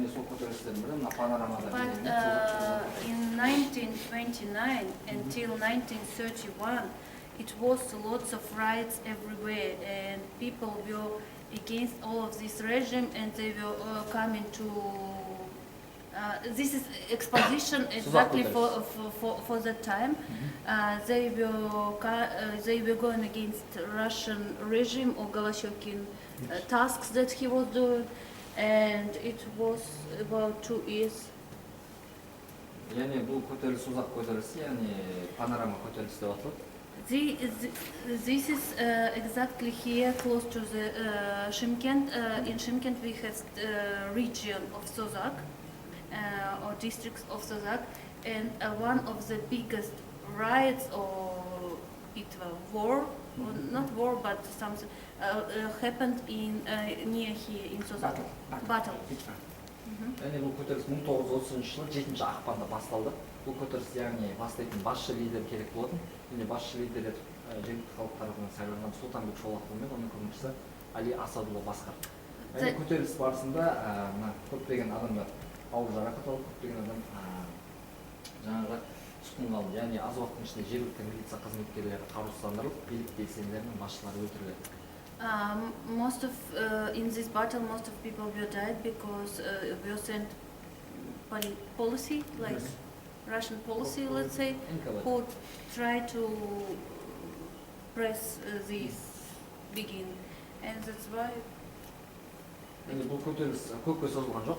Бұл көтеріліс туралы хабар жаңағы Мәскеуге жетіп, жаңағы жан-жақтан әскери күштер жұмылдырып, яғни көмекке басу үшін. Көріп тұрғандарыңыздай, бір аптаға созылды, небәрі бір аптадан кейін жақсы қаралған ОГПУ қызметкерлері пулемет күштерімен жаудырып. Continue only 1 week, and after 1 week everything like. Нәтижесінде көптеген бейбіт азаматтар зардап шегіп, соның ішінде әйелдер мен балалар да бар. Көтеріліске 2 жарым адам қатысты. Бұл көтеріліс жаңағы Түркістаннан жаңа қорғанға 2000 people, 2,500 people participated on that. Яғни бұл көтерілістерден басқа сол кездерінде Арғыз, Торғай, Абралы, Қызылорда деген көтерілістер болып жатты. But why this battle is important? Because after this battle, in all closer region, like increase lots of battles or against all of this region. Яғни Адай деген көтерілістер де болып жатты. Яғни мысалы айта кететін болсақ, Қызылорда көтерілісіне 4,5 адам қатысты, Адай көтерілісіне 3,000-ға жуық адам қатысты. Yeah, but Абралы көтерілісіне 2,000-ға more bigger жуық people, адам like in other regions, it was going to the 5,000 and more and more. Яғни сол көтерілістердің барлығы осы сипатта басылып қамшылып отырды. Ал енді құрметті қонақтар, мына экспозицияның бұл бөлімінде созақ people, workers of common workers, how to say, who created the battle. Most of them were worked for Soviet Union, and there was battles in Aday, in west region of Kazakhstan, and in south part of Kazakhstan there were battle too in Kizilorda. In that time was capital of Kazakhstan. Енді экспозицияның бұл бөлімінде сол созақ көтерілісі және Адай көтерілісіне қатысқан кейбір қатысушылардың фотосуреттер және соны рәсімдеп жатыр. It's some photo of the people who were on these battles. Сіздер рұқсат сұрасыздар ма видео? Қазір видео бола ма? Видео түсіруге рұқсат алыңыздар ма? Я думала фильм. Я сұрадым. Экспозицияның бұл бөлімінде бері жақындап тұрсаңыздар болады. Оңтүстік өңір бойынша қуғын-сүргінге ұшыраған адамдардың фотосуреттері орналасқан. Жалпы Қазақстанда қуғын-сүргін үрдісі 1928 жылы алашорда қайраткерлерінің сендер жасырын контрреволюциялық ұйым құрдыңдар деген жалған айыппен түрмеге қамаудан басталды. Яғни оларға түрлі айып тағылды, жаңағы сен халық жаусың, отан сатқыны, контрреволюционер деген секілді. Сол жалпы 1928-54 жылдар аралығында Қазақстанда 113 мың адам репрессия, яғни қуғын-сүргінге ұшыраса, соның 25 мыңы атылған болды Қазақстан бойынша. Ал оңтүстік өңір бойынша 7 мың адам репрессияға ұшыраған болса, соның 2,5 мыңы атылған. 3,5 мың. Аударасың ба? Это же репрессии уже 30-х годов, да? Әртүрлі уже 28-54 жылдар. And this is photos of them and who were got repression in Soviet regime. It started 1920 1928, it was continuing to 54, about 30 years.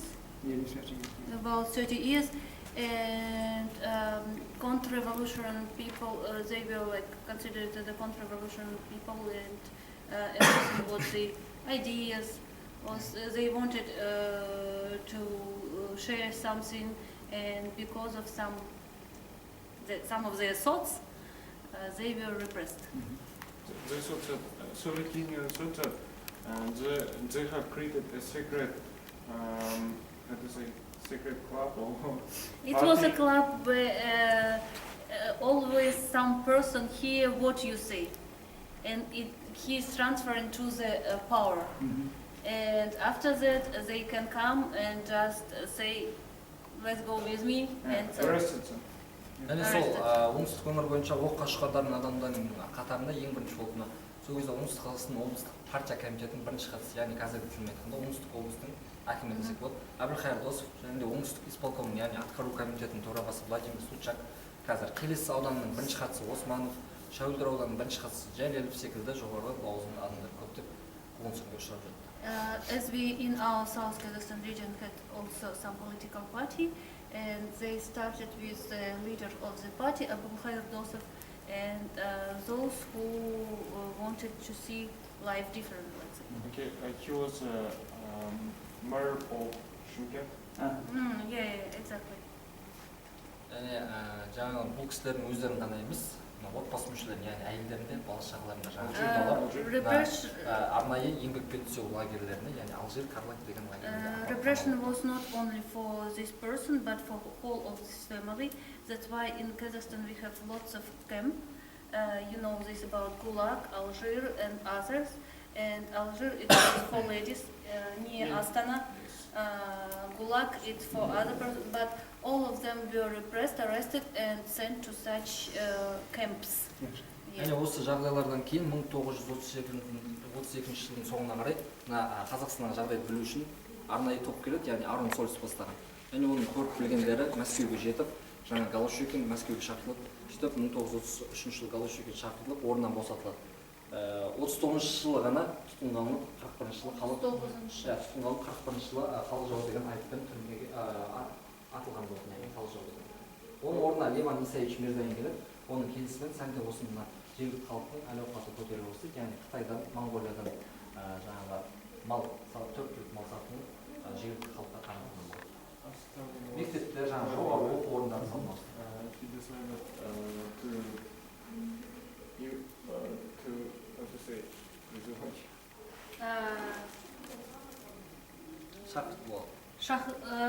Invited or yes. No. It's another call. It's called recruiting. Вербовка, рекрутировать, recruiting.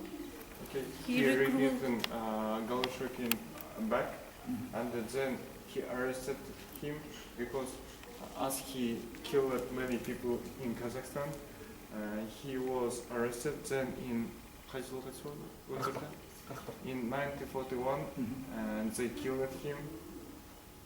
And Mirzayan instead of him came. Mirzayan da 39 жылы тұтқындалып, 39 жылы атылады. Орнына кім келеді Голощекиннің? Леван Исаевич Мирзаyan. Mirzayan came, and after that he also was arrested because it was like Шайх Метрев одан кейін. Жүріңіздер, Алжир, Карлак туралы естігеніңіз бар шығар? Иә.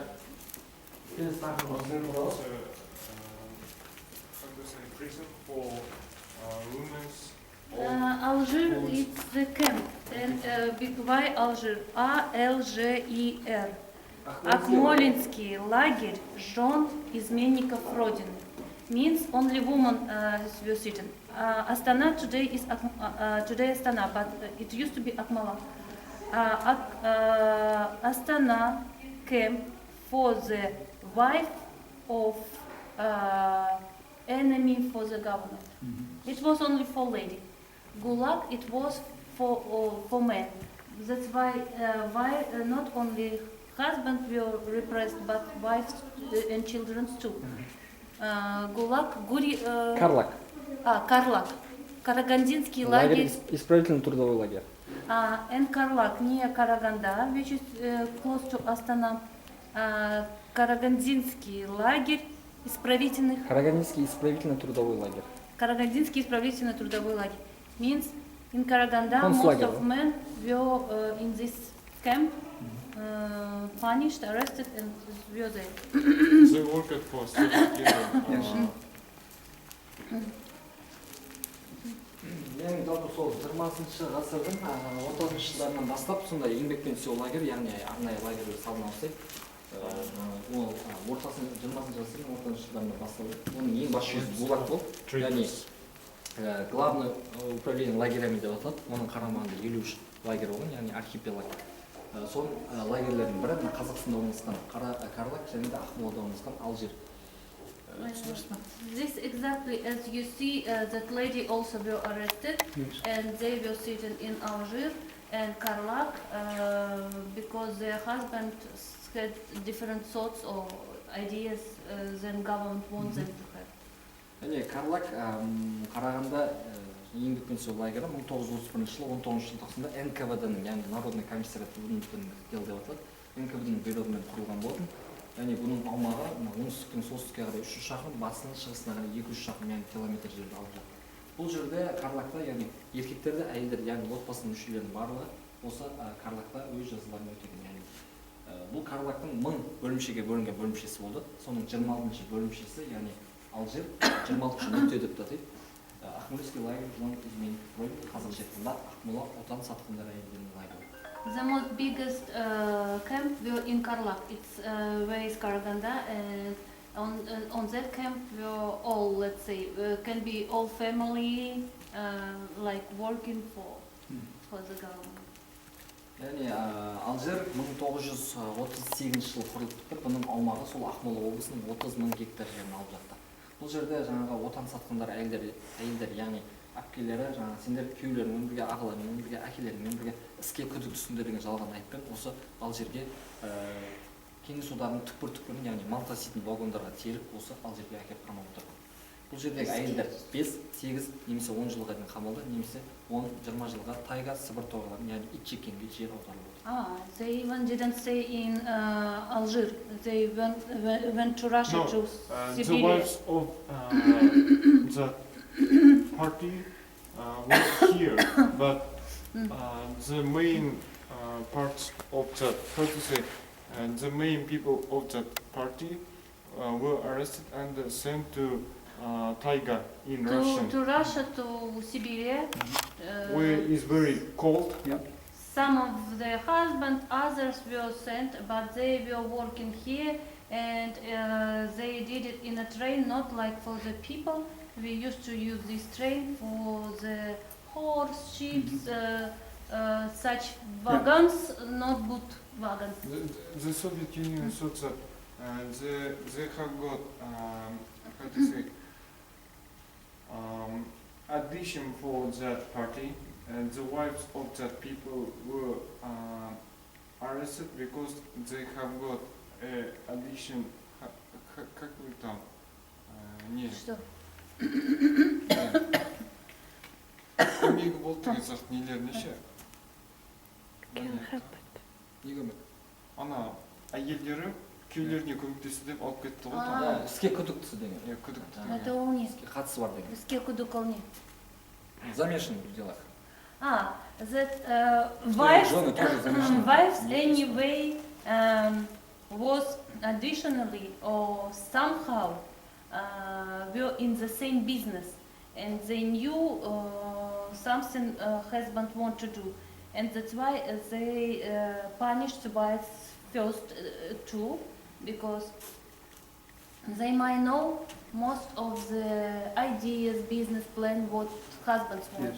Бұл кездерде көптеген жоғары лауазым, яғни орыс болсын, украин болсын, өзге де ұлт өкілдерінің жалпы жоғары лауазымда генерал, маршалдар, ақын жазушылар және де көптеген адамдардың әйелдері, әпкелері, қарындастары осы жерде жаңағы қамауда болды. Яғни айта кететін болсақ, Бейімбет Майлиннің, Сұлтанбек Қожановтың, Сәкен Сейфуллиннің, Тұрар Рысқұловтың әйелдері осы Алжирде The wives of our intelligent people. бұл жердегі әйелдердің жаңағы тұрмыстық жағдайды өте нашар жағдай болып, өздері тұратын барақтар, яғни камераларды өз қолдарымен сабаннан жасалған кірпіштерден соққан, және де түрлі еңбектерге жеккен, тегін завод фабрикаларда жұмыс істеп тұрған, мақта тергізген, жер жырттырған. Mostly they work in big factories and big industries, and because of such, let's say, punish, in the kind of prison room where they were sitting, they didn't give things for them, even like to do some washing, to do something like. But because of that, they should work in such way. Және 1938 жылға қарай бұл жерде 8 мыңға жуық әйелдер осы Алжирде болды. Және бұл Алжир 1928-ден 54 жылға дейін жалғасты. Яғни Сталин қайтыс болғанға дейін. Кейін 1958 жыл көбісі жаңа реабилитацияда ахуал шыққан болды. And rehabilitation started only after Stalin died, but it's not started immediately. But slowly some of ladies come back to the home after many years, like 30 years, 20 something years. They came back. Some of them died on the country. Және де 3 жасқа дейінгі балаларды өздерімен алуға рұқсат етілді, аналармен бірге. 3 жасынан асқан балаларды Мәскеуге арнайы колонияларға жіберілді. Как может быть 3 года детям? Они же сколько лет сидят? Жоқ, сол жерде жаңағы босанған әйелдер болды, өйткені күзетшілер зорлық зомбылық әрекеттер болып жатты. Көбісі соған төзбей өздеріне қол жұмсап отырған кездерде болды. Сол кезде босанған әйелдер де болды. Яғни өз балдарымен бірге алып кеткен ғой олар. Жаңағы Сәкен Сейфуллиннің де өзінің баласының жаңағы құрсағында вагонға келе жатқан ғой, Ақмоладан Алжирге. Қолында отырып қайтыс болған баласы. It was in the last maybe years of repression, but some of them who were coming with their children, and if a child is 3 years old, they because it was closer to this Stalin dying or something, they allow them to take children who are 3 years old, who are 4 and more, like shouldn't be with parents. And one of the famous leaders, Săken Seyfullin, he was coming with the wife on such wife of Săken Seyfullin. She was coming with the child who was 3 years old, but unfortunately by this road, by reaching this camp, this boy died. The children who above 3 years old, they were sent arrested to Russia. Ал енді мына жерде сол Алжир және Карлак лагерьлерін алып келген қантан көз жасысымен қасіретке куә болып отыр. Это почва? Yeah, земля. Oh, they brought from these two of this camp soil. I don't know for what reason, but. Келесі тағымызда ол көріп тұрғанымыздай сұрақ жауап бермейді, яғни комната допроса. Азаптау вагон деп атасақ болады, яғни азаптау осындай. This is called room for the I don't know how to call допрос. Where the room where I put lots of questions to person like interrogation. Осындай сұрақ жауап бөлмелерінде мына кеңес өкіметі кезінде ол кезде социализм болды, қазір капитализмде өмір сүріп жатыр. Социализмге қарсы шыққандар немесе кеңес өкіметінің билігін астыңға алғандарды, сендер халық жаусыңдар, контрреволюционер, жаңағы отан сатқын немесе ештеңе таппаса ағылшын, жапон тыңшысы деген жалған қисынсыз айыптар тағып, түрлі жазалау тәсілдерін қолдану арқылы протоколға қол қойдырып отырған. Яғни протоколға қол қойдырып 58-ші баппен қудалап отыр. Яғни өзде 58-ші бап ең жоғары статья, яғни ату жазасы статьясы. Most of them were arrested because of one article in the law. 58, да, это о чем она? 58-ші бап статья. О чем эта статья? Халық жау деген статья. Халық жау атылмай кетеді. Яғни 12 тармағы бар, әртүрлі ғой. It was 58 article on the law. The enemy of most of them were arrested according to this particular, certainly this article. They were enemy for the government, and they might have some cooperation with the different countries, or they do some international things, maybe. Және сол жазылу нәрселер қолдануға ішінде тырнақтың астына ине сұққан шаштарын, мұрттарын біртіндеп жылдап, немесе қап-қараңғы карточкалерге 10 күнге қамап, аштықпен қинап, жаңағы істемеген істерін мойындатып отыр. Және жаңада алғашқыда айтып кеткенімдей, репрессияға ұшыраған адамдардың барлығы деп осындай азаптау. It was the most dangerous room because they tried to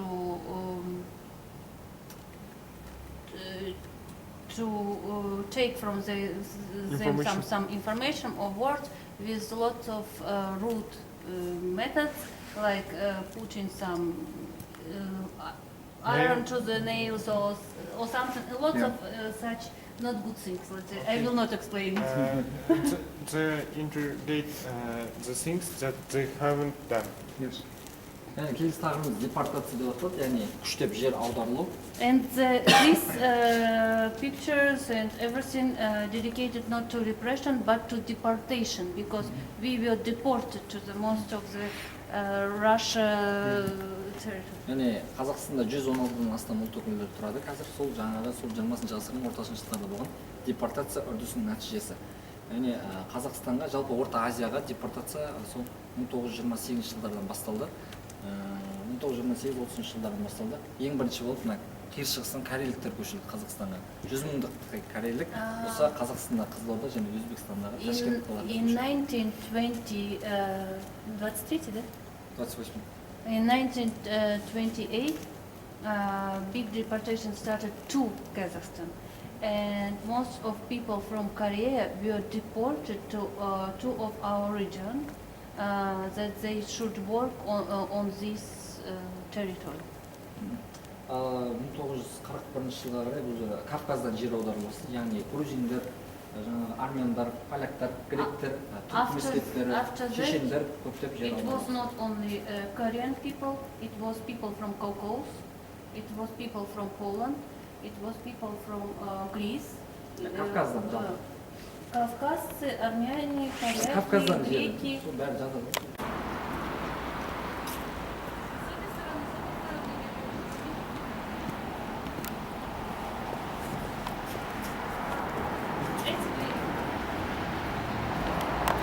Founded in 1920. This is museum for South Kazakhstan region, and she is welcome you. Также наш музей состоит из 5 залов. Это первый зал биологии, второй зал этнографии, третий зал трансформационной модели, четвертый зал безопасности, пятый зал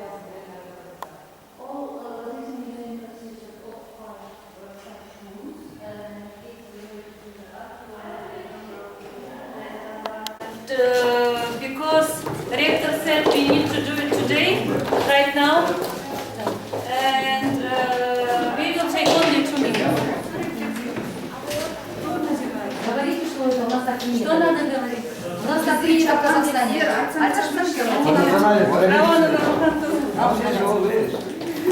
You know, our vice rector, we saw her first day, Ravana, and now it will be used to congratulate, or how to say, people who visit us from foreign country, foreign professors. That's why she will say something.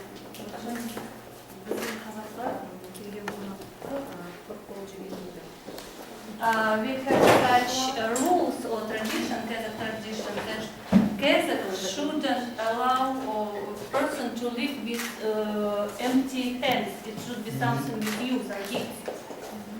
Сол себептен біз Қазақстан сіздің есіңізде қалсын деп That you will have good memory about Kazakhstan, we would like to present you our national outfits.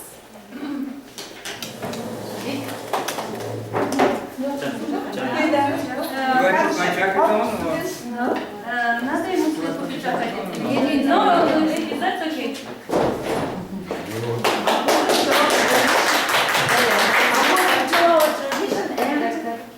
This is our tradition, yeah. You become a Kazakh king. That you saw today in museum. I And you are my queen, look. Я его королева. Вот сейчас балдар келіңдер бәрі. Давайте все вместе сделаем пикник. Байшола тайна. Now it is very use you. You look like a Kazakh man, vice rector says. And now we will do one photo and we will you. Давайте. Дети, стул уберем. Ага, слушай, байшола тайна. Подойдите сюда. Всем на это будем Sorry? She says, you can take your exam of student in such outfit. Yeah, okay. Can I give it back to you, yes? No, no, no. It is for you. It is for you. That memory from Kazakhstan I told you. Our present. It's a main present. Then I don't have to pay excess baggage on the airplane. No, you can put it, it becomes small when you put it like that. No, I wear it on the plane. Да, он хочет так полететь в самолете. Okay, one more congratulations. We will come back in the evening. I will come. Now we have some meeting. Okay. Well, we finish in less than 1 hour. In 1 hour. У них еще 1 час, он должен принять экзамен. So, you're going to come later, so shall I go back to my room? You can go to your room Or after. I can work on the computer. You can go here, up to you. I can find it. Okay. What time do we go to dinner? After 6. After 6. Well, near to 7.